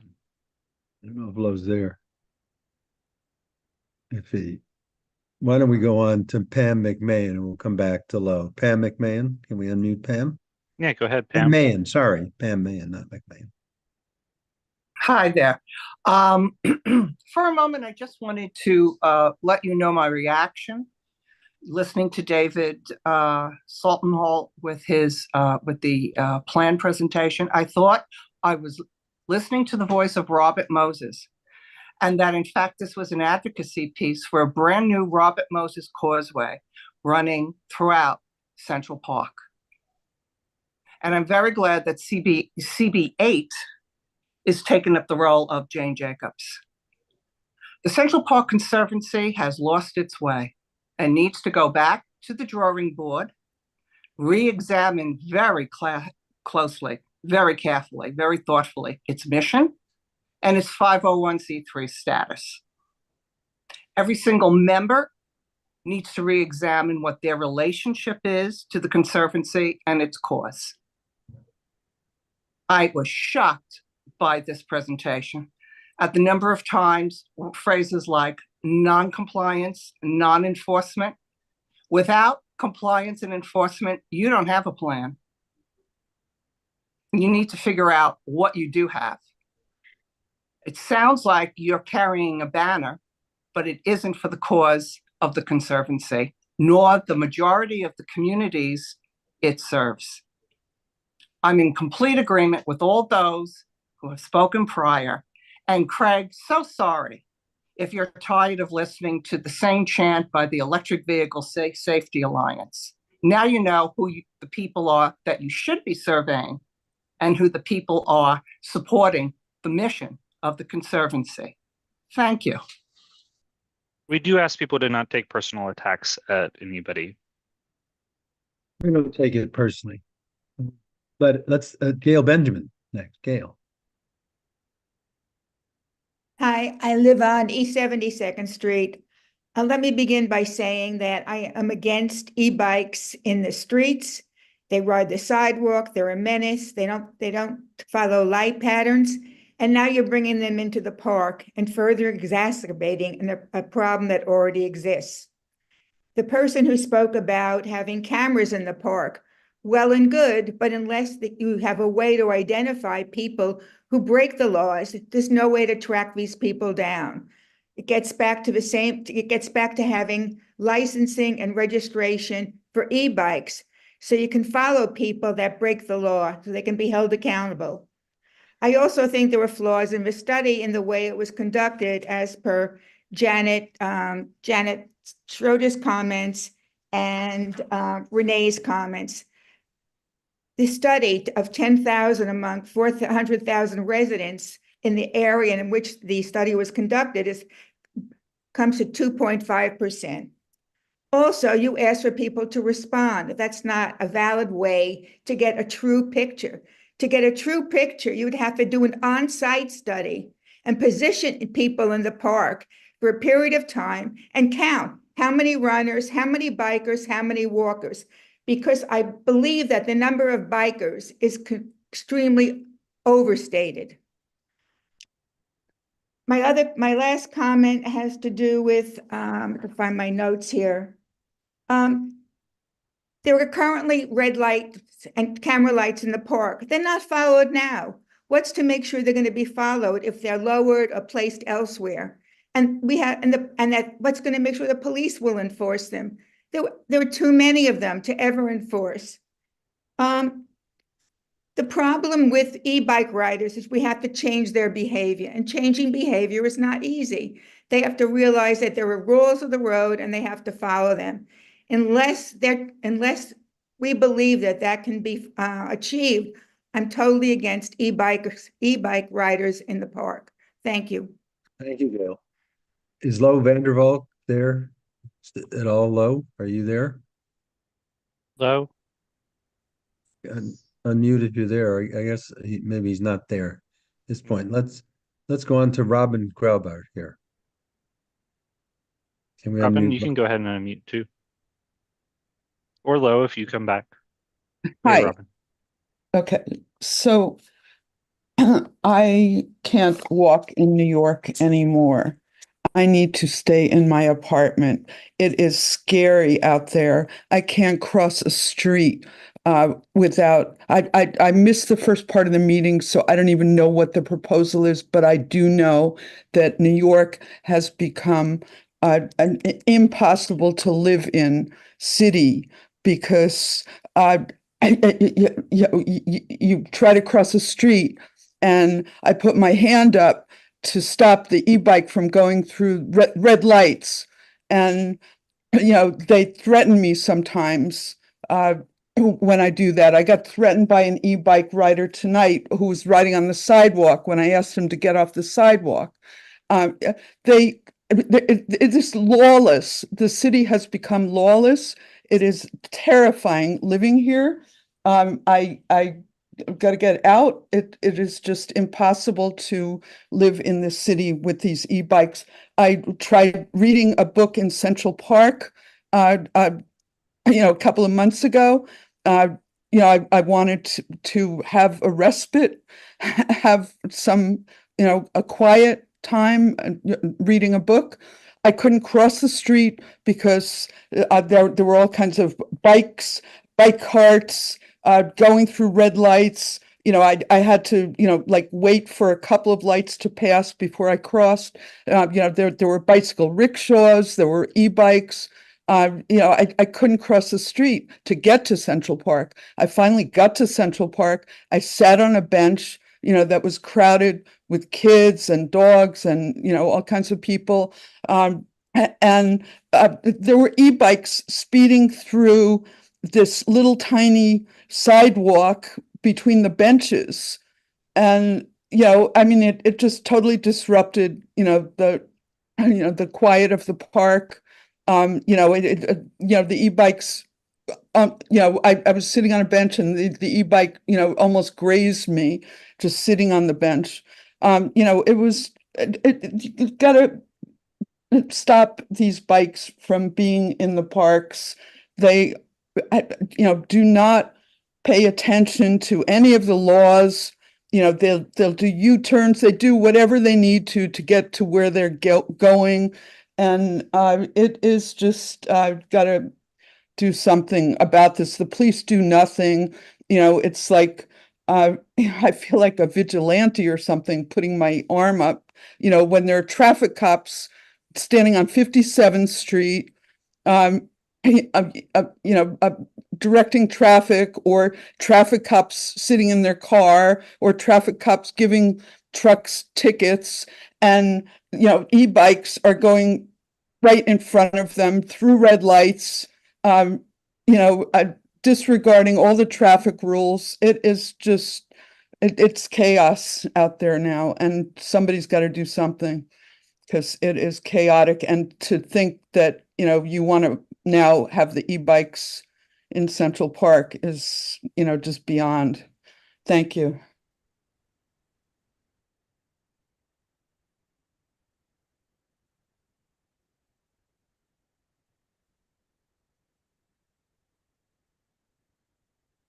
All right, thank you for those comments. Is Lo on and able to speak? Let's try No. unmuting Lo. Okay, No, so he's not. No, he's not. We've tried him twice. He's not. Forget it. okay. So Let's go to then- Felice. Let's go to Felice Farber, who's one of the co-chairs of the Parks and Waterfront Committee. One of the, if you want to say something now, here, Felice, you had your hand up. If you still want to say something, I am. go ahead. I apologize. Okay, I really appreciated the presentation tonight. I thought it was very thorough. I really had three kind of questions and comments. One is you talked about the kind of, I'm sorry, the wrong term, kind of like the divot separating the lanes, as well as some of the, you said it wasn't a speed bump, but bumps to try to slow folks down. I was concerned about potential safety issues for bicyclists and people on other, as someone mentioned, rollerbladers earlier. But I do think that the different types of pavement striping and coloration, as well as better signage and lowering the traffic lights, can really get the message across better for bicyclists. I am a bicyclist in the park, and I do admit I have gone through red lights. So I apologize to all the pedestrians out there, but I think that would really could potentially highlight the issue and and the need to slow down and those spots. In terms of redoing the pavement, the horse-drawn carriages do a lot of damage to the lower portion of the park, just through the wear and tear and the rutting. So I think it's great that you're repaving that area, but I guess the question I have is, kind of what treatments you could do to really help the sturdiness of those areas,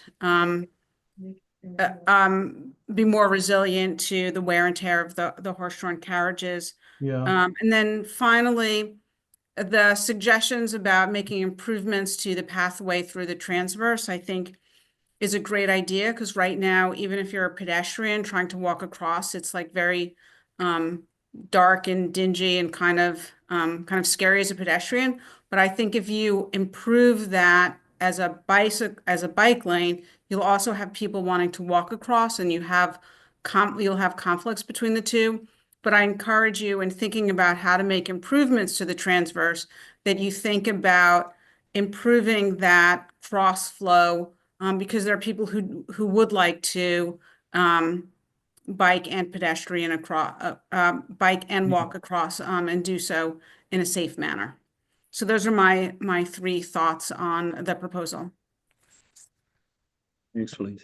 Thank you for that. I mean, I can respond a little bit to some of that. I mean, on this, there is some thought that you could make one side for pedestrians and one side for bikers, and it would be bi-directional. Not a lot of space for bikers, but they would have to work that out on their own, and I think it would still be an improvement. So that way, the transverse could be made safer and better for both groups. It's just a suggestion. It's part of the conversation, but that could be part of where we land. Horse carriages and what they do to the pavement, you know, it's a constant struggle for us. It's not, there's no great solution. I think that one of the better solutions we've heard is rubberizing the wheels on the horse carriages, which are right now wood and very hard and dig in. The horse carriage operators are not big fans of that idea, but you know, there's 65 of them and you know 42 million visitors in the park. So that's a conversation that could take place with the city and you know, could be an improvement. And in terms of the speed bumps that you know, express concern about, yeah, I mean, I hear you. This is not an element that is in the park right now. It would definitely require a certain amount of education and, you know, cautionary education about the fact that it's there. We are not wedded to it in any way. I think we just we're interested in seeing what it might look like on a very limited basis at a few very busy intersections, and just throw it out there as a conversation topic. But I hear you. And I'm not sure if I answered all your questions. You did. Thank you. Okay. Thanks. Let's go to Rita Popper next. Rita?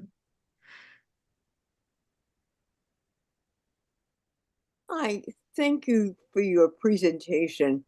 I'm 86 years old. I'm on the board, and I find the park is a respite. And I think it's a respite for everyone. And I want to know why the Conservancy doesn't just leave Central Park as park. Do you think that we would have this discussion in Paris, in Rome? When they say it's a park, it's a park. They have bicycles in all of those places.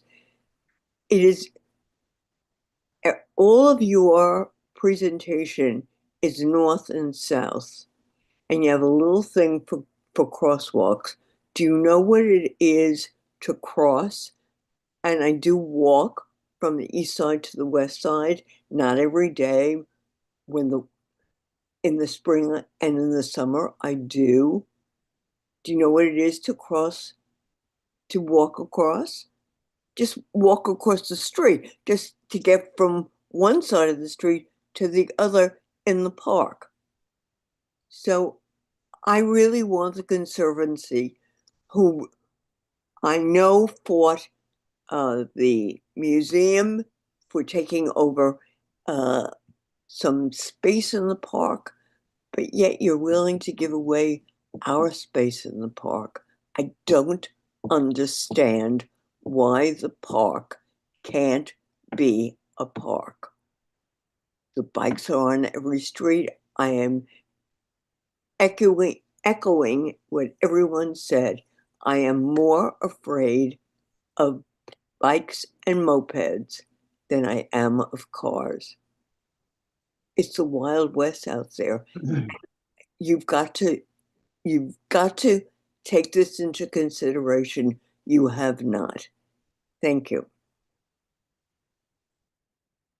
mean, I'd be happy to respond to that. And, you know, look, I don't think I'm ever going to win the argument over e-bikes or no e-bikes. I think I have said my piece on that, which is that, you know, we felt compelled to deal with the users who have now been established as legal in the city. Maybe that changes down the road. I don't know, but like we have to live in the moment. And so we designed a study that accommodated folks who are legal in the park.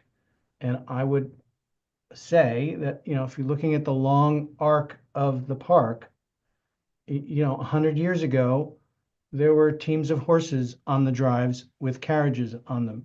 They were always designed as the place for faster moving things going fast, you know, and then it was cars for almost a century. And now we are contending with e-bikes, which are different and pose different problems. I don't want to be dismissive of that in any way. I would also urge you to think, for those of you who have been in the city for a long time and remember what the park looked like in the 1970s and 80s before the Conservancy came along, it was not a sanctuary. It was a dust bowl. There were over 1,000 crimes in the park every year. Last year, there were 27 major crimes in the park. Everyone is terrible, but to suggest that the park has somehow gone downhill in the last 40 years, I think is not based in reality. And yes, we are contending with a new force, a new mode of transport that's out in the world. And, you know, maybe through the political process and everything else that people are working on here, that will change. But we don't control those levers.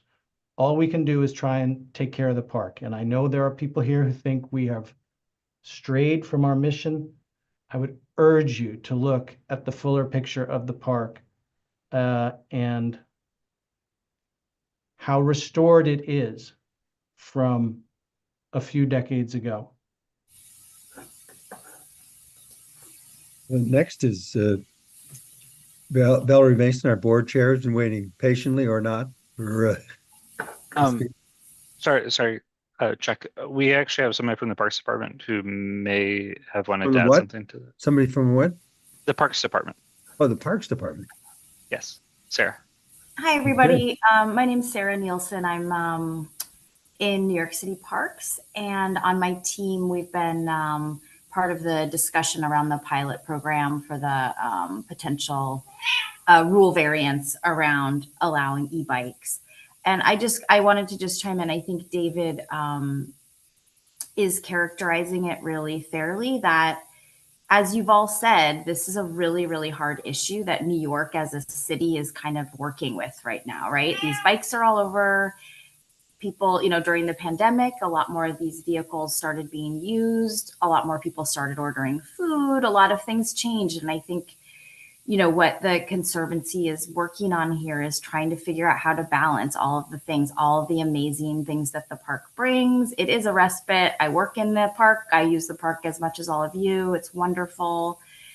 And there's a lot of other parts of things going on in New York City right now. And I think that what this set of proposals does is really thoughtful way to consider how to kind of balance all of that. And we're in a really unusual moment in the city, as David said, of trying to adapt to this. So, I mean, I think this feedback is really, really helpful to know that, you know, loud and clear, it is heard. People do not like e-bikes.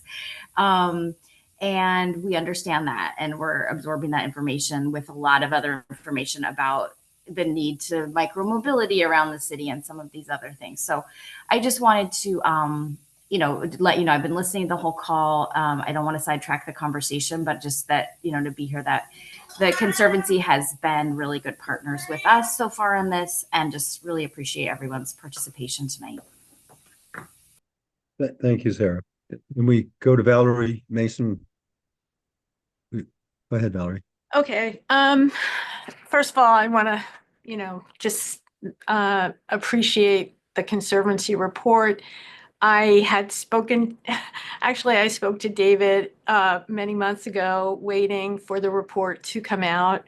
Full disclosure, I am an active member of the Women's Committee of the Conservancy, and I am a little conflicted here this evening because, as David says, or I'm not sure that maybe there's 100% appreciation that the Conservancy funds almost 100% of the money used for the operating budget of Central Park every year.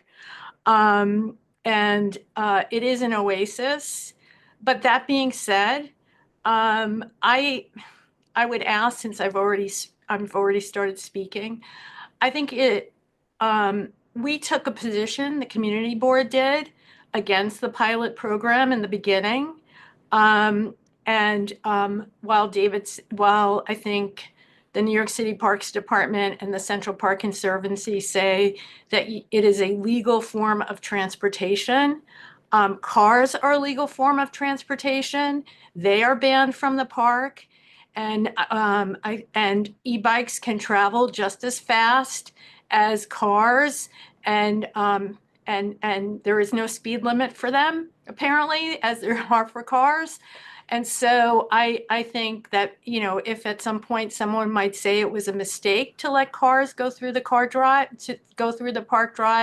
I'm not sure why we want to advocate for this newer form of transportation, if you will, not maybe better, but just newer form of transportation to take over the drive. I use the park regularly in the walking lane, the runner's lane, and it is overrun by people who are on e-bikes going the wrong way, even though there are quite a few, and the lanes are already wider. So I guess my question for David is, how much would this paving actually cost first? How much would this reconfiguration and paving cost?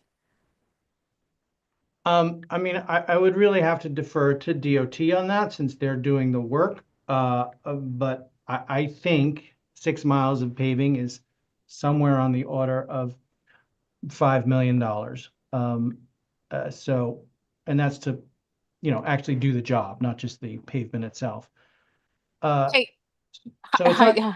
it's not cheap by any stretch, but this is what they do. There are thousands of miles of road in the city of New York that get repaved every Well, I year. think it's paving plus the speed bumps, right? If I understand the. Oh yeah, and I couldn't begin to cost out a single speed bump. The big job is the milling and the paving and the restriping. Yeah, and just to add to that, hi Valerie, it's Colleen. Happy New Year. Um, our paving and our milling and paving, there is funds allocated to that yearly to our schedule.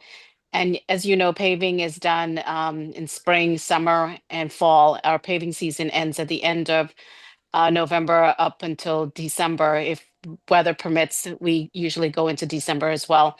The cost of this, of course, there's no definitive amount that we have that I can share with you. But I am more than happy to get that information and I can pass it along to the board in terms of, what that cost would be. As David mentioned, this might happen in probably 2 seasons because we would not be able to pave the entire 6-mile segment in 1 season. But we would have to break it down and see what that cost would be and what it entails. Well, I mean, I appreciate all the work that's gone into this. I really don't see that a wider, e-bikes go over potholes all the time on every avenue and street in Manhattan. And I can just see those speed bumps just causing even more havoc than what's there right now. And that also the people that are using the pedestrian lane with their e-bikes and other micromobility devices, they start out in the pedestrian walkway. So I really don't see that any repaving is going to diminish how many people are in the bike lane or in the passenger or the pedestrian lane. I would request, since I've already spoken, that one of my fellow members make a motion asking that the Central Park Conservancy reevaluate its position. It has a lot of clout in this town. And if the Conservancy, even though e-bikes are quote unquote legal, if the Conservancy came out and said that they were against e-bikes in the park, it would be a great add to the CB8 resolution against the pilot program. And I don't think because e-bikes are legal that we should take it to the next step and allow them in the drive. So I would ask, since I've used my time, that one of perhaps the members of the community board make such a motion. Thank you very much. A lot of folks here, so I'm sure we'll be able to get to that, Valerie. Before Colleen mutes, can I ask Colleen a question real quick? Sure, go ahead. Can you define the difference between a speed bump, a speed hump, and an elevated crosswalk? So I think we've been using those words interchangeably. yeah, there's a major difference. The elevated crosswalk is a raised crosswalk, which is what we use with asphalt to actually raise that crosswalk within a few feet so that it's visible to motorists when pedestrians are crossing. Speed humps are, it's asphalt that's pushed up. And it's usually like, again, like 3 to 4 feet, and it's more elevated, it's more high, and it's more like along from it's from curb to curb. It's from curb to curb. And a speed bump, Colleen, are they legal in New York City? Speed bumps? Yes, they are. Speed bumps are legal in New York City. Yes, we've installed The quite a like few in 1 city foot wide streets. ones? 1 foot wide ones. It depends. We would have, I don't know if that is the case. I mean, with any materials and recommendations, we would have to determine whether they're feasible or not on the roadway. We just wouldn't install them like that. We would have to, look at the materials that are being used. Can I just say something? Because of what's depicted here looks more like a speed table. So I just want to make sure we're I all don't talking. think that's incorrect. And I'm not the one to distinguish between, speed hump and speed table, but I put Yeah. this up here just to show that it is a really very gradual rise in the pavement. Yeah. You can see that it begins back, I back. think you're right, Craig. And It's then not. This looks more of like a raised crosswalk. It's more raised as opposed to a speed bump. Yeah. Yeah. Speed bump would be shorter and come up higher. It would be higher. Correct, Yeah. Chuck.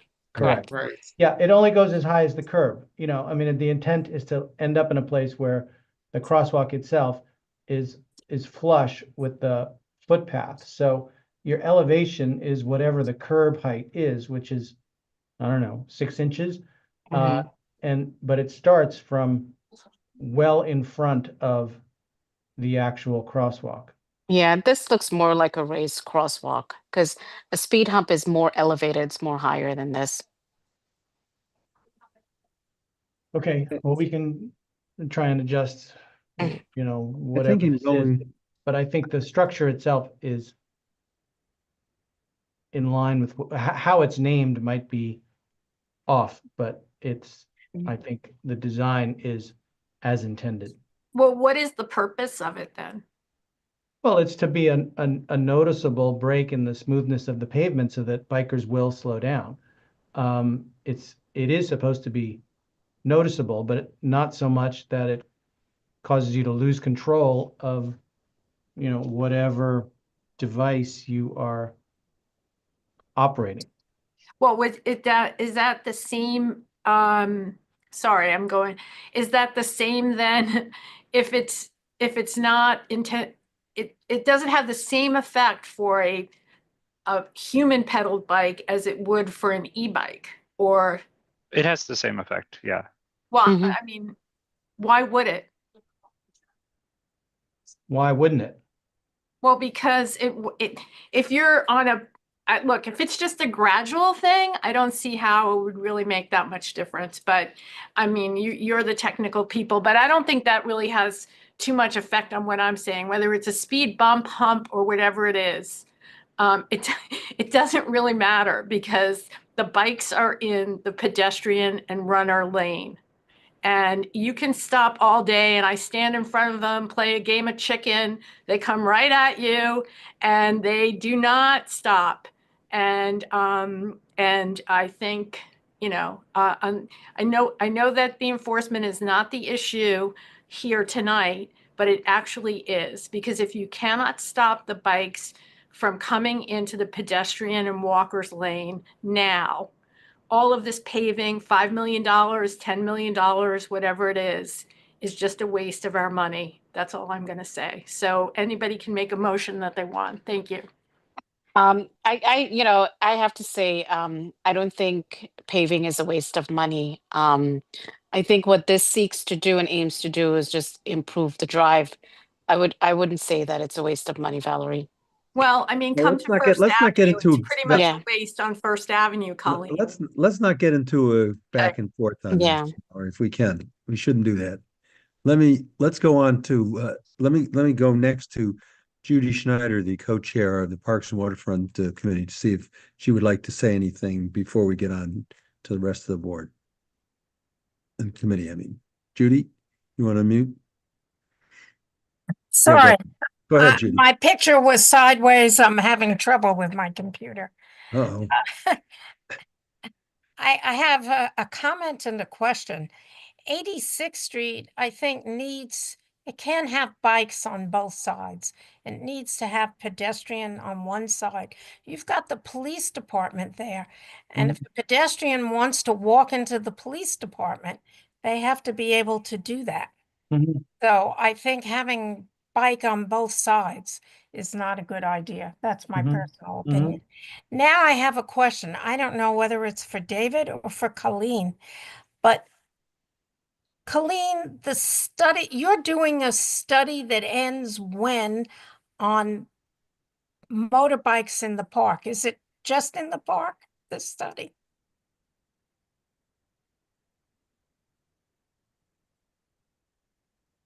Colleen, are you there? I'm here. I just had to unmute myself. Are you talking about the e-bike pilot study? Because Yes. Yes. What happens when you get done with that e-bike pilot study?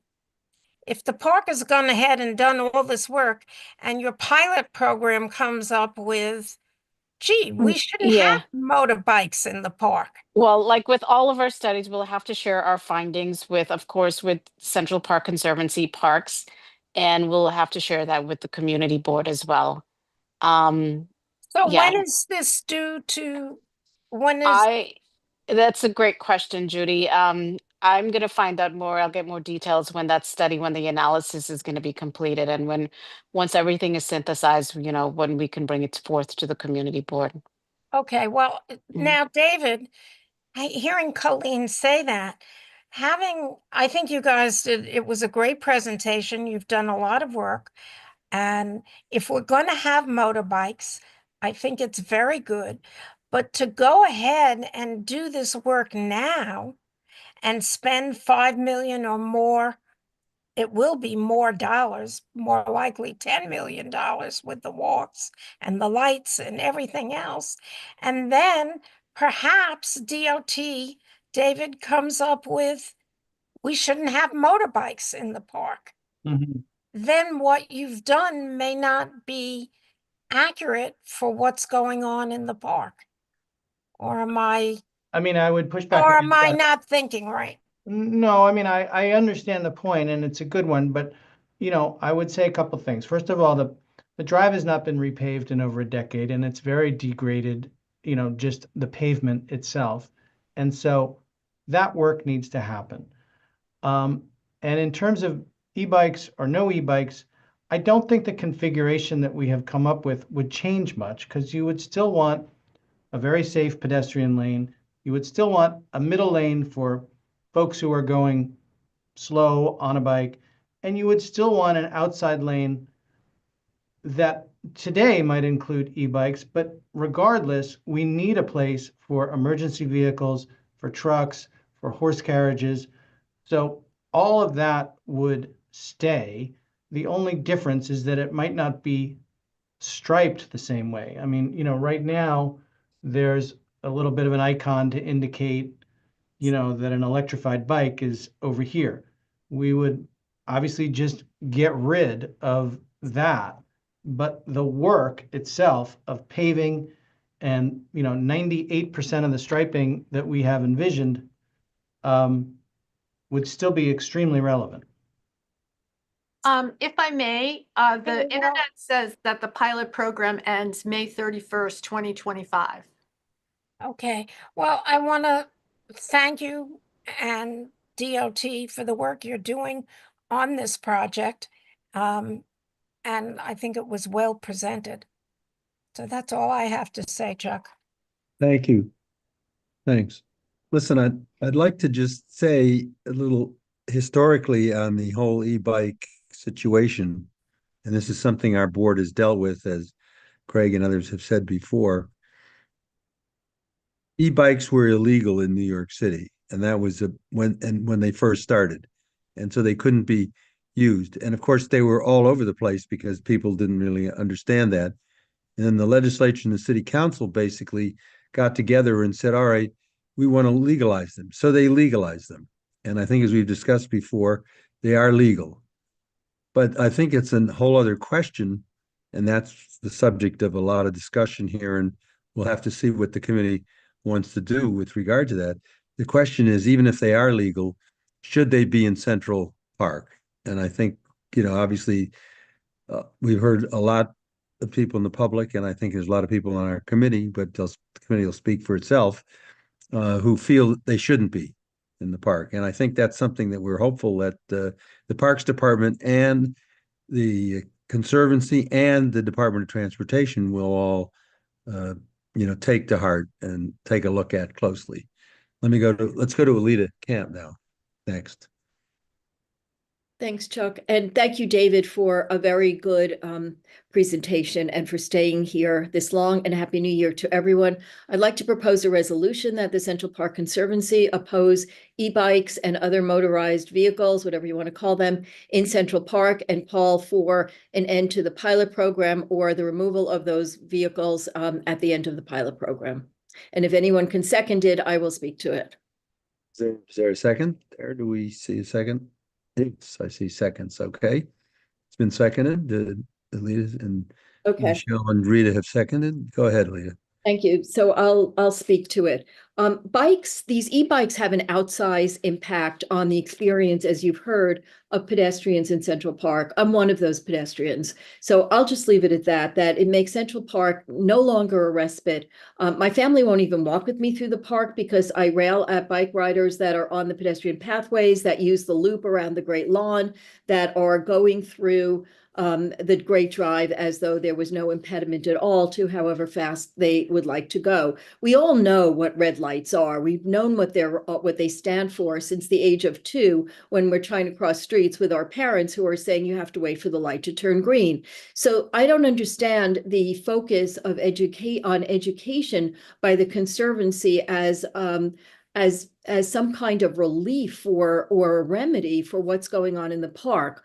The New York bike culture, and I think this doesn't obviously apply to every bike rider, but the New York bike culture is such that there is no regard, as you've heard, so I won't spend a lot of time, there's no regard for traffic signals. The only people who seem to care when there's a suggestion that it's safer to walk their bike on a pedestrian way are tourists. And I would argue that they don't know.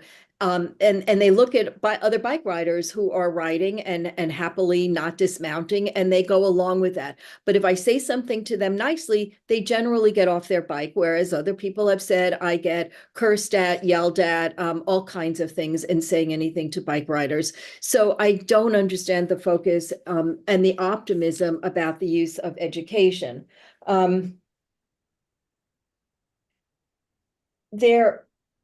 I would also say, in any event, that there should be no increase in infrastructure for bikes until there is compliance with the rules. I'm thinking that there ought to be railroad crossing arms that go up and down at every crosswalk, because that is the only way it seems that bikes would stop on their march is too small a word, on their frenzy to get wherever it is they're going, whether it is even a loop around the park or actually exiting at one end opposite from where they entered. I've had numerous conversations with cops who sit in their cars, often in front of the tavern on the park there, watching as the bikes go by, speeding as they don't stop in front of red lights, which are clearly visible to the cops. And they tell me there's nothing that they can do. They've been told not to do anything. Any tickets that they write are thrown out. So there's clearly a problem with enforcement. And as Valerie pointed out, without enforcement, there's nothing. So you've heard from the public. We've heard from a lot of people who've come, whether they're board members, and we have that resolution about the bikes, e-bikes, but we've heard from the population who live in our area that they don't want e-bikes, that they don't feel safe, that they've been hit. And I know that bike riders yell at people in the intersection, even when we have a green light, to get out of their way. It's a bad situation. I have a question, David. How fast do you anticipate bikes going in the speedway portion of the redone drive? I mean, the speed limit in the park is 20 miles per hour. And, that is what the enforceable speed limit is supposed to be. It's up to the police department to enforce that rule. And so, that's how fast things should be going. I cannot speak to how fast things actually happen. And I would not single out e-bikes as the sole violators of that rule. I think there are plenty of regular bikes that also exceed that limit. I would agree with you. One cop said to me, the guys who wear outfits that match their bikes are the worst offenders. And that was before the proliferation of e-bikes. So I agree with you, but e-bikes can go faster and they are more powerful. And certainly those e-scooters or mopeds, whatever you want to call them, could go even faster and cause a lot more damage. And I've seen cargo bikes in Central Park as well, going really fast. And those, because of the momentum and the weight, can do a whole lot of damage. So there's certainly a lot of stuff going on in the park. And then I would just say that it is an optimistic, maybe even an idealized view of trying to fit the bikes and the people in the park.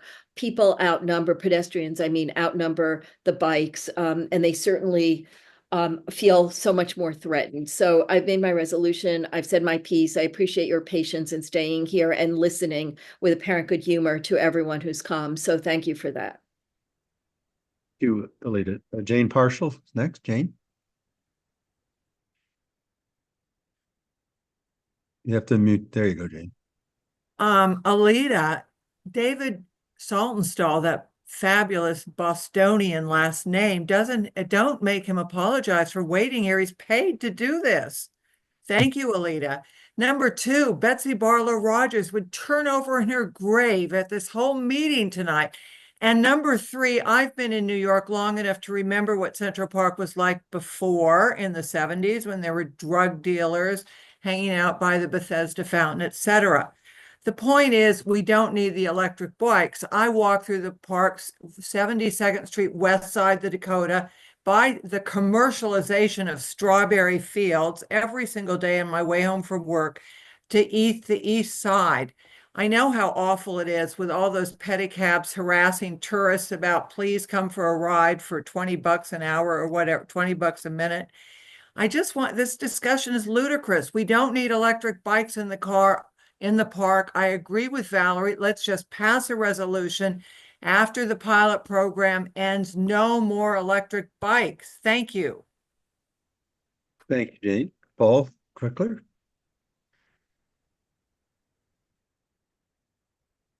Chuck, I'd like to, I'm not going to support this motion. I'd like to take the chance to say what I'd like to say about the reason we all came here tonight, the presentation from David.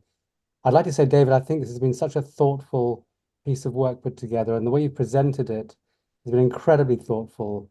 I happen to share one of the key tenets that I see coming out of what you do, which is that separation of people on different modes of transport, whether it's the city streets or in Central Park, pedestrians, people on bikes or other two wheels and cars should be separate.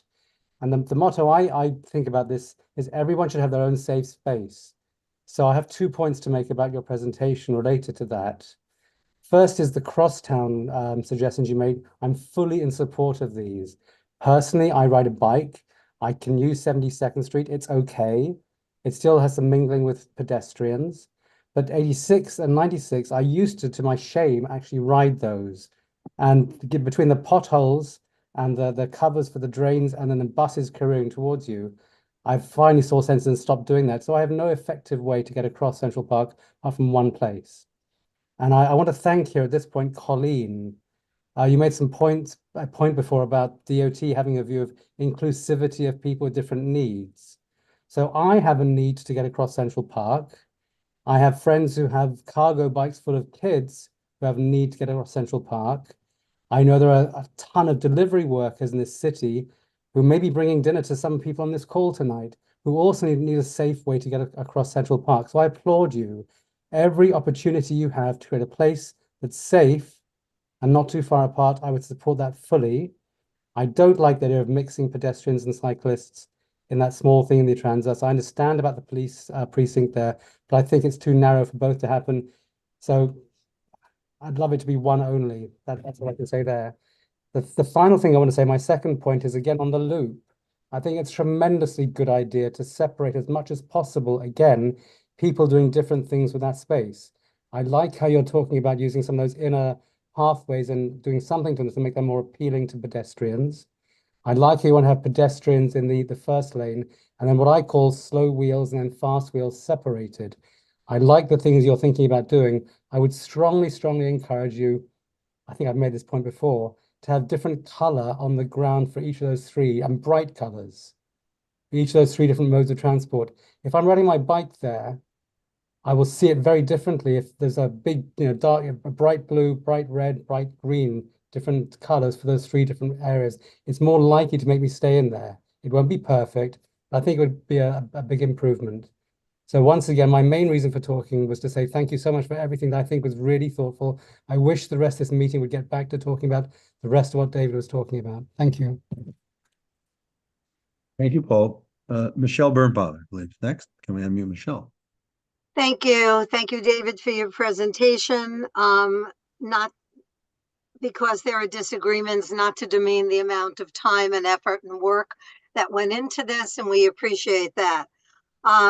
I just want to say quickly, with reference to 86th Street, I think you have to maintain a pedestrian path, the sidewalk in that transverse. I question whether or not you should have a bike path there at all on either side when you have paths within the park that a bike could use, and a bike can maneuver going a longer distance to get across than a pedestrian might be comfortable doing. So I think the transverse has to be maintained for the pedestrian. Another observation, which nobody mentioned, which just seemed counterintuitive to me, was that as a driver, when I looked at the way you configured the roadway, you had the slowest lane on the left side. Traditionally, the fastest lane is on the left side and the slowest lane is on the right side. So as I looked at that, you have the pedestrians all the way on the left, then you have a middle, and then you have the fast lane on the right. It was just counterintuitive to me to look at that and understand that that's how the driveway, that's how it goes. I am vehemently opposed to electric bikes in the park. I am also opposed to pedicabs in the park. Pedicabs, I testified at the council hearings years and years ago when it was decided to have such an entity as pedicabs and give them a license. They are, for the most part, even though they are licensed, they take advantage of tourists. They don't have a fixed rate. You negotiate the rate with them as they pull up and talk to them. A tourist can get in and end up with a $300 ride. They're completely abusive. I would love to see this board. They're not prominent in this board. Go down to the theater district. The loud music, they're going in every other direction. They're going transverse on a northbound street. They're impossible, and I wouldn't want to see them in the park. To put them, they'll be in the bike lane, and they are wider than all of the bikes and the electric vehicles, even in the other lane. So they're not safe, and they have a very good turn radius. They can literally turn all around 360 within that lane, and they take advantage of the turn radius that they have, and so they're all over the place. The other thing I want to say is I have a different point of view here. To me, the reason that we have all these other kinds of transport, recreational or otherwise, is because we encouraged it. And to me, the more infrastructure you build, the more alternatives you will have. And I have a full and complete understanding that that is what many people want, many groups want, many lobbyists for these groups want. They would like very much to have these alternative modes of transportation, recreation or otherwise, replace anything else in this city. And so when we build it's build it and they will come. If you don't build it, they won't come. And no matter how hard you try to accommodate, the numbers will never be enough because it will increase that population. I wish everybody a happy new year. I encourage everybody on this call, on the board, to support the resolution. And I would also like to see pedicabs become an agenda item at some point for this committee. And maybe we can get a little more clarity on just who, what, where, and how a pedicab should be and what rules should they follow, because they're all over the place and they too are a menace. Thank you. Thank you, Michelle. I think we've gotten toward the end of the discussion, and I know Craig later had some questions and comments that he wanted to make before we should be able to get to a vote on the resolution then proposed by Alita Cam. Go ahead, Great, Craig. thank you, Chuck. And first, David, I just want to thank you, as everyone else did, for taking all of the time tonight to be able to present, respond, listen, and throughout this entire process, I think there's been a lot of work that has been put into this. So just a few quick questions. One, can you just clarify regarding the traffic signals that are in place, can you just explain exactly how they are going to be modified, and specifically whether there will still be red and green cycles, and you're just planning on lowering them and modifying them so that they are more visible to people who are on the roadway? Or is it just going to be the flashing yellow signs that are warning about people crossing? Yeah. Well, I can try. Again, a lot of that is squarely in DOT's bucket. And I will say that, nothing is going to happen to any signals until things are repaved and restriped. And, part of the crosswalk analysis that is being done will make a recommendation as to whether, does this crosswalk actually need a signal or does it not need a signal? And also in terms of the actual look and function of the signal that will be replacing it, I think is a little bit up for discussion, and we're very interested in feedback. I do think they will be lower down. I think there will be bicycle icons in the red and green,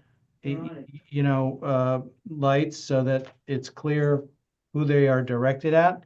I still think there will still be stop and go cycles for pedestrians. There will be red and green cycles for pedestrians, I think. But, again, I think a lot of that decision-making still has not been formalized by the Department of Transportation. I know that whatever we do in Central Park, they want to also do in Prospect Park, which also, has similar but different issues. A lot of their drive was repaved in the last couple of years, so they're in a similar place. But I do think that, when it comes to signals, they are thinking of these two parks as a single entity for the purposes of procurement and design and everything else. I think that makes a lot of sense, and I think it is, as long as it's understood that we are not eliminating the signals entirely necessarily, and that they will, in like all likelihood, be continued dedicated cycles for pedestrians, red lights, green lights. I think that's reassuring. The other question I have before I just make a few comments is, how many other community boards have you visited so far, and what is the feedback at those been? Has it been similar to ours, or were there concerns that or comments that were made that weren't raised today that were noteworthy? We have met with the park's chairs of every community board that surrounds the park, of which I think there are 5 or 6, and given them the same presentation that we just gave you. And we asked the park's chairs in those meetings, would you like us to come and present to the full board, to the full Parks committee?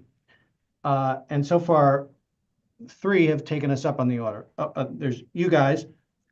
We have previously been to Community Board 7, and we have been to Community Board 10, where I will say that, and I'm not trying to be antagonistic or anything else, 100% of the comments we received at both 7, which is the west side, and 10, which is Central Harlem, were fully supportive of every aspect of this plan. So we have not heard the same sentiment about e-bikes at the other community boards that we have visited to date. We have not been yet to 5, 9, 11, but really 7, 8, and 10 are the ones that most closely bound the park. All right, thank you. That's helpful to know. So I just want to commend the Conservancy for taking what is a really difficult topic and doing their best to propose what I believe is a balanced approach to addressing the safety of all users in the park. So even putting aside the issue of e-bikes, the idea of separating slower from faster bikes while increasing the amount of space for pedestrians is really necessary to achieve what I think are really the laudable goals of the study. And ultimately, regardless of whether e-bikes are permitted or not. And before e-bikes were a thing, and even today, we hear about some cyclists that don't heed speed limits and pose a danger to the public just by pedaling fast with their own person power. And that is what I see this plan is trying to address. I don't think anyone is opposed to slowing bikes down. I don't think anyone is proposing banning all bikes, or I think that banning all bikes would even be the slightest bit realistic. But I'm sensing a disconnect between those who have spoken out against putting in raised crosswalks and their concerns about speeding bikes. So the question I'm coming away with is, and this is more rhetorical but pertinent, aside from removing e-bikes, how can this plan be improved so it makes the park safer for all users? And I don't know that there's a good answer aside from saying that I think in general, this plan, if it were implemented, would be a massive improvement compared to the status quo. And again, I think that speaks to a job well done by the Conservancy. And then just quickly, I want to just say regarding the 86th Street transfers proposal for a bike lane, I think it really is critical to this plan and reducing the strain of fast bikes of any type on the drives. And as long as we're able to preserve the bus stop for those who need it near the precinct, I think this is really a no-brainer, especially given how few pedestrians use the sidewalks and how much of a missing link in the bike network the lack of a dedicated crosstown route through the park is. And clearly, we don't want to see bikes in the park, and we know that there are a few marked bike paths. I'm not sure how well they function, and it doesn't seem as if it's actually suiting anyone really all that wonderfully. So I think this would be hopefully something that would be really helpful, not only for cyclists, but for everyone else, because it would really take some of the bikes out of the park, which I think is what everyone who is concerned about this plan is really looking to see is done. So with that, just again, thank you, and that's it. Yeah, I think going to what Craig said, we have a motion to take a particular action on the e-bikes, and I think and there was something else in Alita's, we'll ask her to recite it again, but we also should think about whether we want to comment on other aspects of the Conservancy's report here. But we have a few other board members I see who wanted to speak, and Sebastian Helm Clark, I see, has his hand up, and also Lori Boros. So why don't you go ahead, Sebastian, first? Thank you, Chuck. I'd like to offer a substitute resolution in support of the Conservancy's proposal. Is there a second? And Paul Crickler seconds. Okay. And do you want to talk about it at all, Sebastian? Any comments? I think the points have been largely covered. I +1 on Craig's comments there, that if we're trying to make the park safer, given what is within the control of the Conservancy, which, they don't get to set the law, but what is within their control, it looks like this is a great plan to be separating out people on foot, slow wheeled vehicles, faster wheeled vehicles, and then be helping to create more ways around the park and across the park for bikers to be getting on those higher speed journeys outside the park. I think this is a no-brainer. But you wouldn't want to say anything then about just the support the whole report and saying nothing about the e-bike situation? That's my suggestion, yes, that it sounds like the pilot study around e-bikes will come to its conclusion later this year. I think at that point, once we see the results of that report, I suggest would be a more appropriate time for us to be commenting on the subject of e-bikes. We have a substitute motion on the floor, Lori Boros, and we can talk about the substitute before we're not voting on anything yet. Yes, I would support Sebastian's substitute motion. I think, first of all, that we are not in the position of being able to say what the Central Park Conservancy can support. I mean, I think that the first part of Alita's motion was that the Central Park Conservancy calls for the elimination of e-bikes in Central Park. I don't think we can do that. We don't have the potential to do that.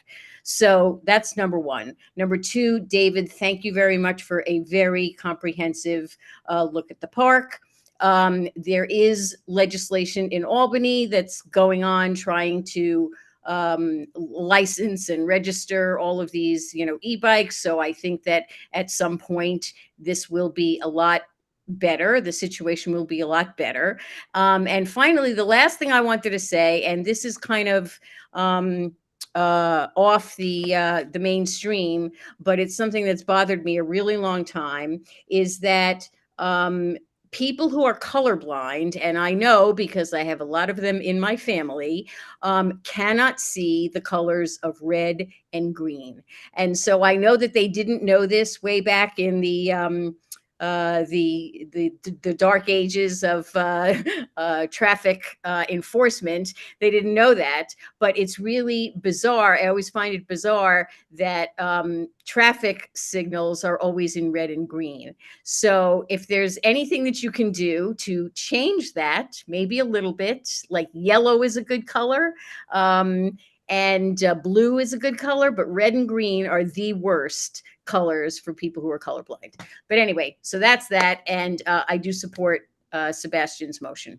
Thank you. From other board members on this, Michelle. Let's hear from Michelle, and then Valerie raised her hand too, and Paul. Yeah, thank you, Chuck. I don't think that may be a different resolution. I don't consider that a substitute resolution. What Valerie and then Alita proposed about electric bikes and can be voted on separately from what Sebastian is talking about. To me, his resolution is not a substitute. No, It's another resolution. it's an appropriate substitute. You could substitute that. I mean, she was it's a different, it's a more encompassing resolution, but it's. Yes, well, why can't we consider both? In other words, one is specifically about electric bikes and the other is about the whole plan. Why But it is can't an we have two appropriate- resolutions? It's an appropriate substitute. It was offered as a substitute, and we have to vote on that first. If that's defeated, obviously we consider Not other. to my mind, but things. okay. Thank you. Okay, Paul? Yeah, okay, we'll get to Valerie. I'll get to Valerie. Paul I'd like to Crickler? call the question. Let's hold off on that for now. Let's get one more speaker in this. Valerie? I No was second on that. I was going to ask Sebastian if maybe we can entertain a friendly amendment. I mean, I think we started the conversation about the genesis of the park redesign being completely focused on e-bikes.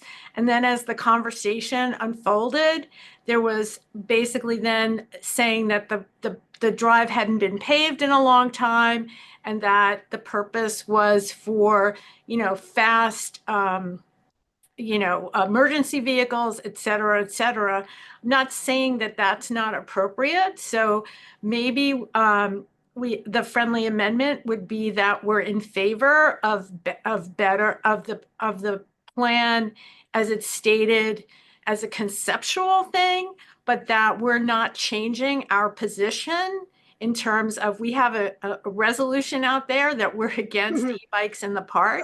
And so maybe we can sort of frame it that way, because when David began his presentation, he kept saying that e-bikes were legal. And so therefore, that was sort of the overarching, framework that the Conservancy was putting this together. And I think it unfolded a little bit differently. So I know I'm talking a lot, Sebastian, but I think you understand what I'm saying.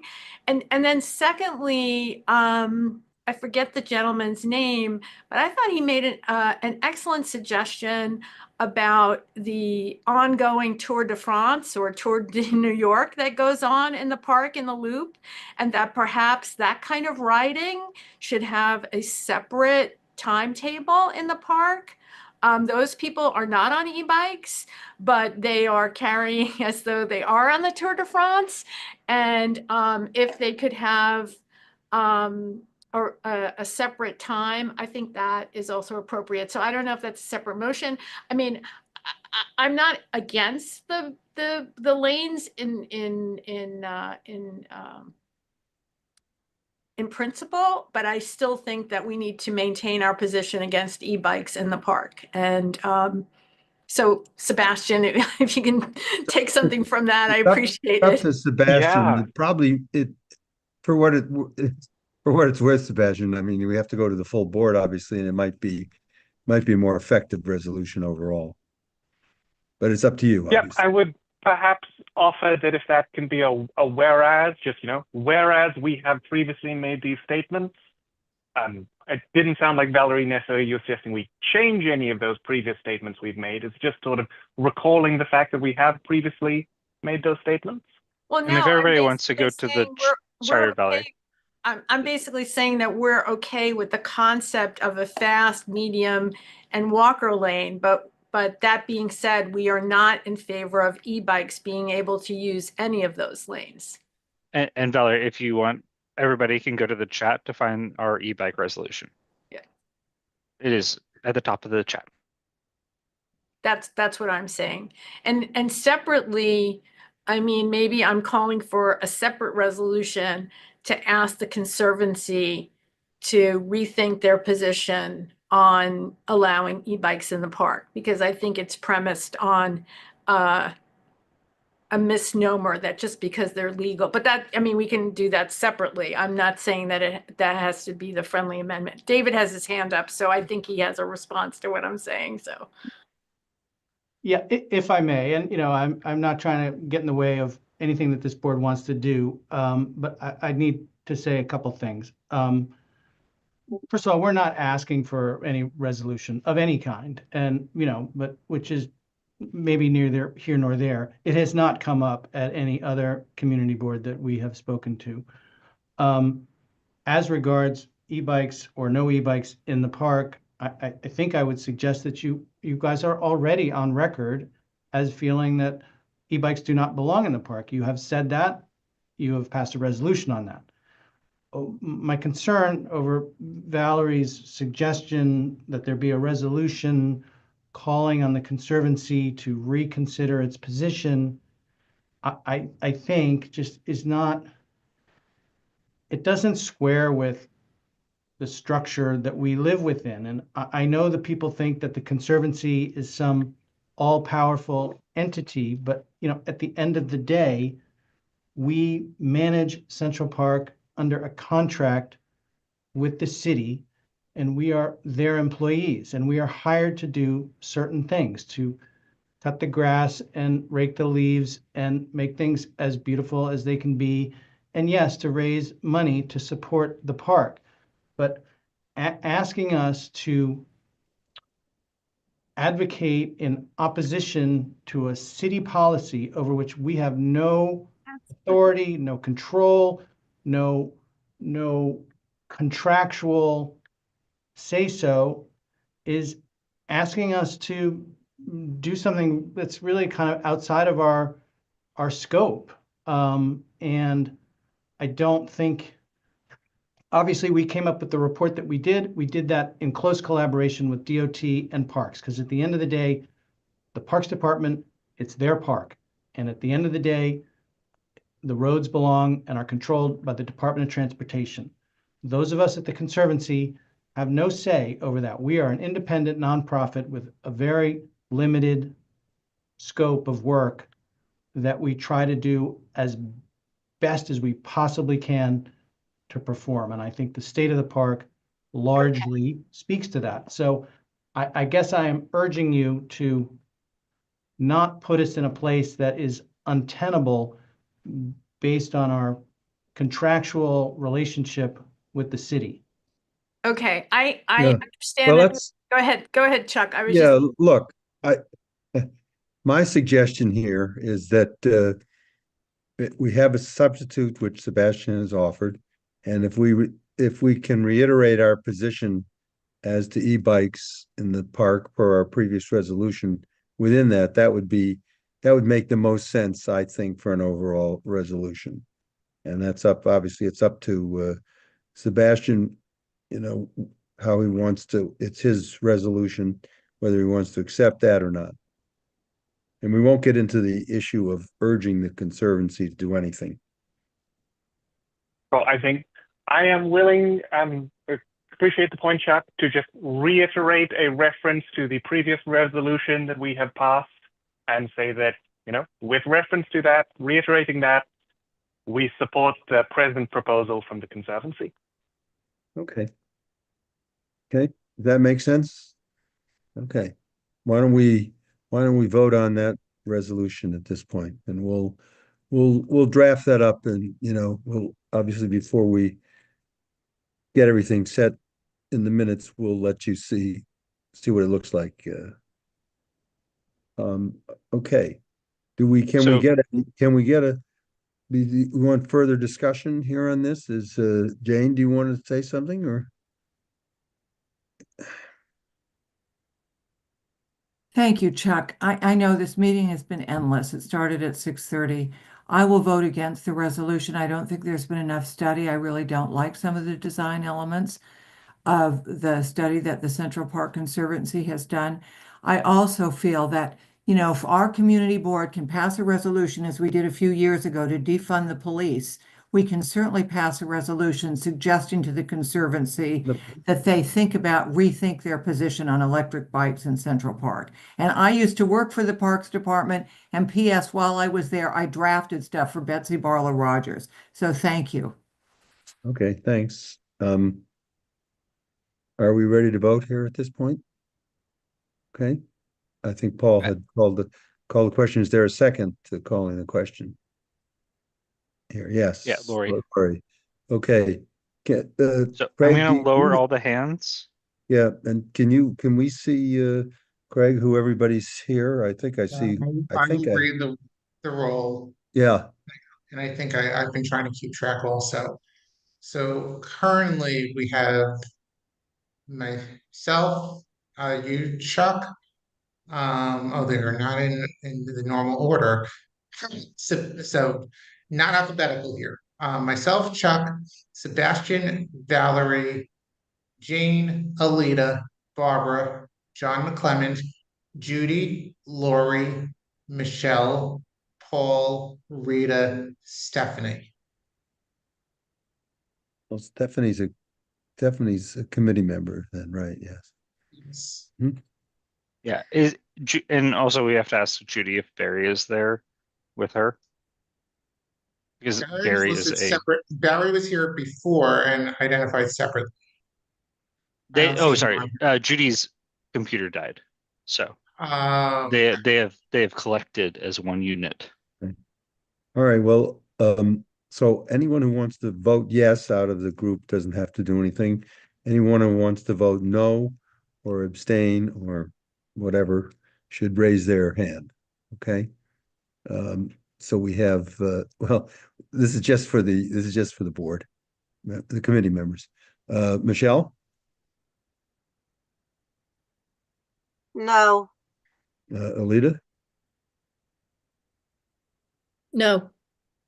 Jane, No. Stephanie, Reckler, No. John McClellan. No. Any other, do you see anyone else with a hand raised? And Rita is away right now. Oh, no, she's not. Never mind. I kid. So Reed voted, yeah, Reed was voting yes, I assume, or no? No? No, she didn't raise her hand. She just previously had a coffee cup up. So. Okay. So Reed is a yes on that. Okay. So what's the result of that, Craig? So it passes. If Barry was there, it would pass 10 yes, 5 no. And Barry wasn't there. Okay. Well, thank No, you. I mean, Is he my there? understanding is that they were both still there. They're just using one computer right now. Okay. Okay. So was he there as a member, as a public member of the Parks Committee? Yes. Okay. So we have it. It's a 10-5 there. for David, clarity, can somebody just explain what was just voted on? I don't think so. No, we can. We can. We basically are supporting the recommendations in the report, but reiterating our previous resolution where we oppose e-bikes in the park. Okay. That's essentially what it was. And thank you. I think that we should all recognize, as people have, David's presentation in the Central Park Conservancy. As someone who's been a park user for a very long time, I remember the times he was referring to when the park was a total mess, and the Conservancy has done great work over the years, and we appreciate all you're going to continue to do. These are tricky issues, and as you said, goes beyond what the Conservancy may be in a position to do, given the other forces that are involved. But we're going to try to, and that's why we've tried in our own way to see whether we can change the landscape, not just the park, but in general with regard to things like e-bikes. So we thank you. Thank you. Okay. I think next, Colleen, are you still here? Yes, you still are here. Do you have any things you want to report as part of your DOT report? Hey, Chuck, I'm still here. That was a great presentation. So I just want to thank David and thank the community board for your due diligence. Craig had emailed me regarding the York Avenues study, traffic and transportation study. Right. I know I mentioned that we did plan to come to the community board, but prior to that, we are working to schedule the first transportation advisory kickoff meeting. And I'm going to work with Will because I do have a list of all of the stakeholders. I'm going to work with Will just to confirm the stakeholders, and we're looking to schedule that either the end of the TAC meeting, either the end of January or the first week in February. And then we will come to the community board to give a presentation. So I just want to apologize for the confusion with that. And then the other thing is that we are working on several safety improvement projects, which is our 2025 SIPs. And with those projects, as you know, we'll come to the community board to give presentations on those as well to get the community board support and feedback. So that's all I have at the moment.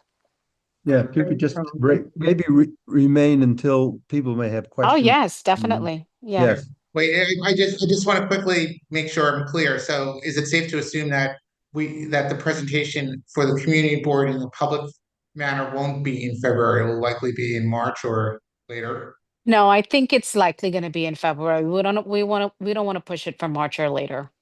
Yeah. Okay.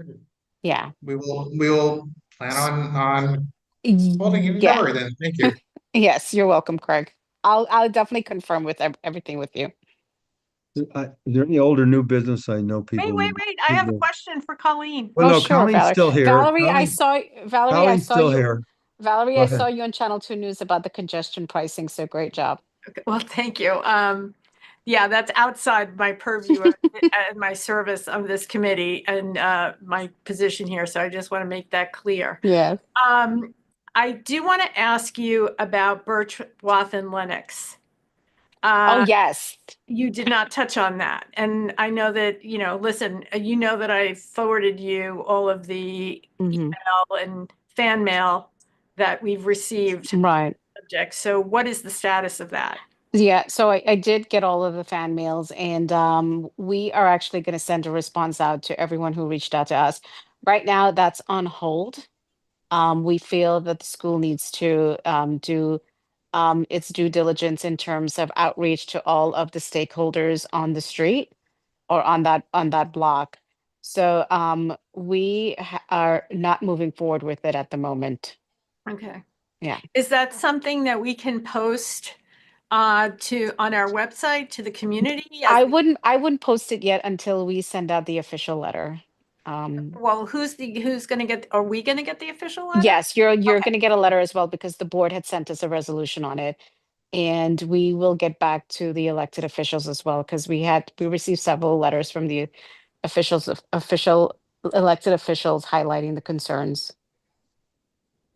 Okay, and I'm assuming, I mean, so like if Birch Wathen let's assume that you send this the letter that it's on hold.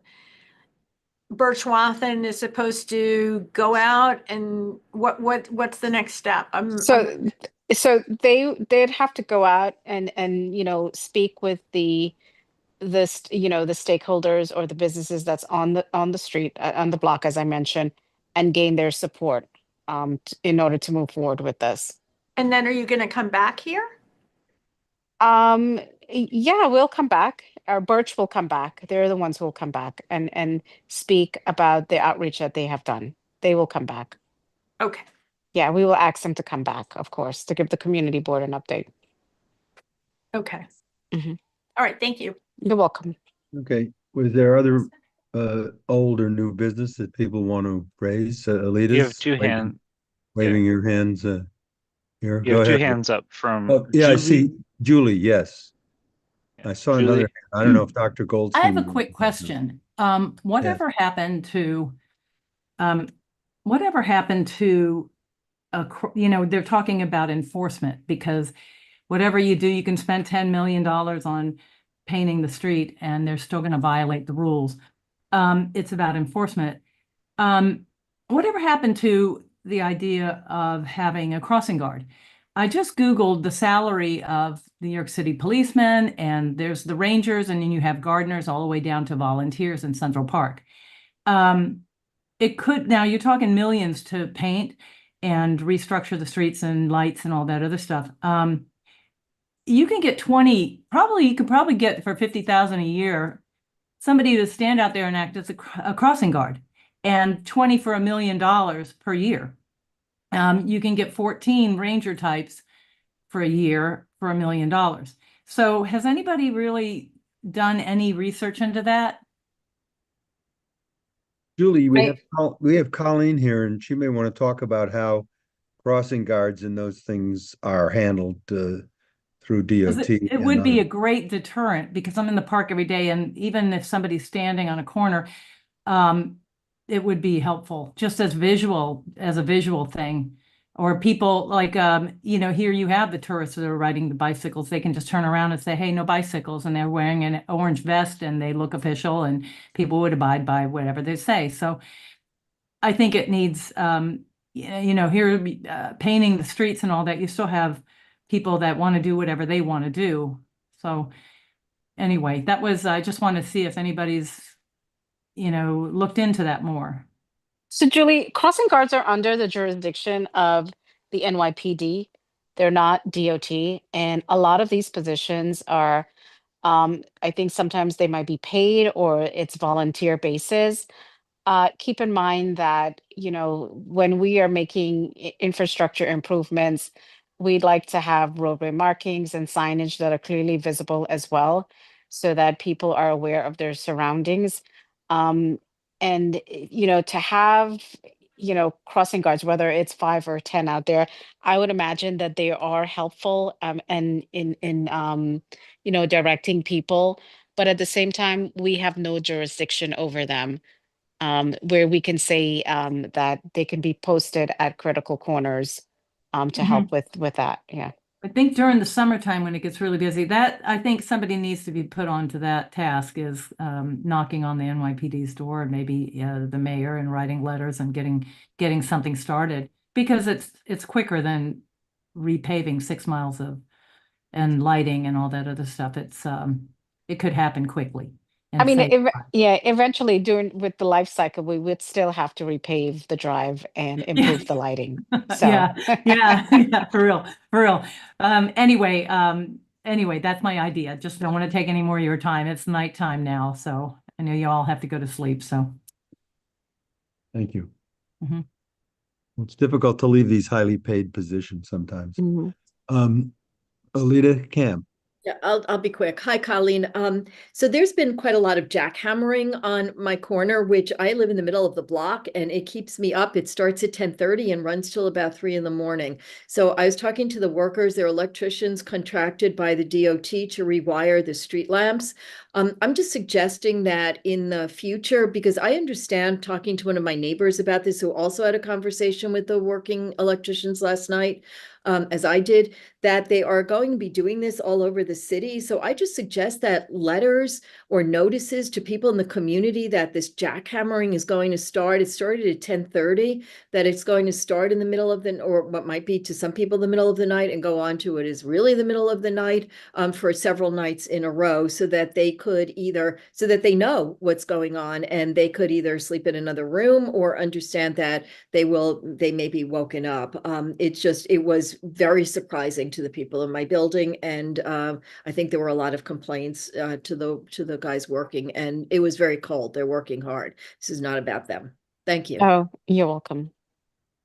And Alita, I think, if I'm not mistaken, is this the intersection of 80th and Lexington Avenue? Because 84th and Lex. Okay, because I did receive a few complaints about that location. The permit stipulations allow the Hellman electrical company, to work from 10 p.m. to 6 a.m. And during that time, a lot of the jackhammering is happening. So I've reached out to our permits division to ask them if they can change the stipulation or the hours to allow for the jackhammering to, happen during, like, from 8 p.m. and end by 10 p.m. so that it's not going on all through the night. So we are looking into it. And Thank you. I think they are in their final restoration. So we'll keep that in mind. And also, if it becomes unbearable, the residents can also call 311, and they can come out there and inspect the site, because Hellman, they have what is called the noise mitigation plan, and they're supposed to adhere to that. Well, they didn't, and my Yeah. neighbor did call 311 and didn't get any kind of response. The other thing is that, what was I going to say? Well, I forgot. Sorry, it flew out of my head when you came up with that. So I appreciate that. It just was really a surprise. Oh, what they said was that it wasn't safe, and that's why they couldn't start at 8 o'clock, because they have to turn out all the street lights, except that they moved some partly down the block, the walking sign, and so. If they're only doing one or two intersections, this is where a crossing guard really could come in handy, and then they could start earlier, because there's not a lot of pedestrian traffic or car traffic in the cold weather at night, even at 8 or 9 o'clock, and that would be a less displeasuring, I'm sorry, a less unpleasurable time to Yeah. have that. And I So, think the company is installing an audible pedestrian signal there as well. oh, this is quite Um, helpful. Thanks, Colleen. yeah.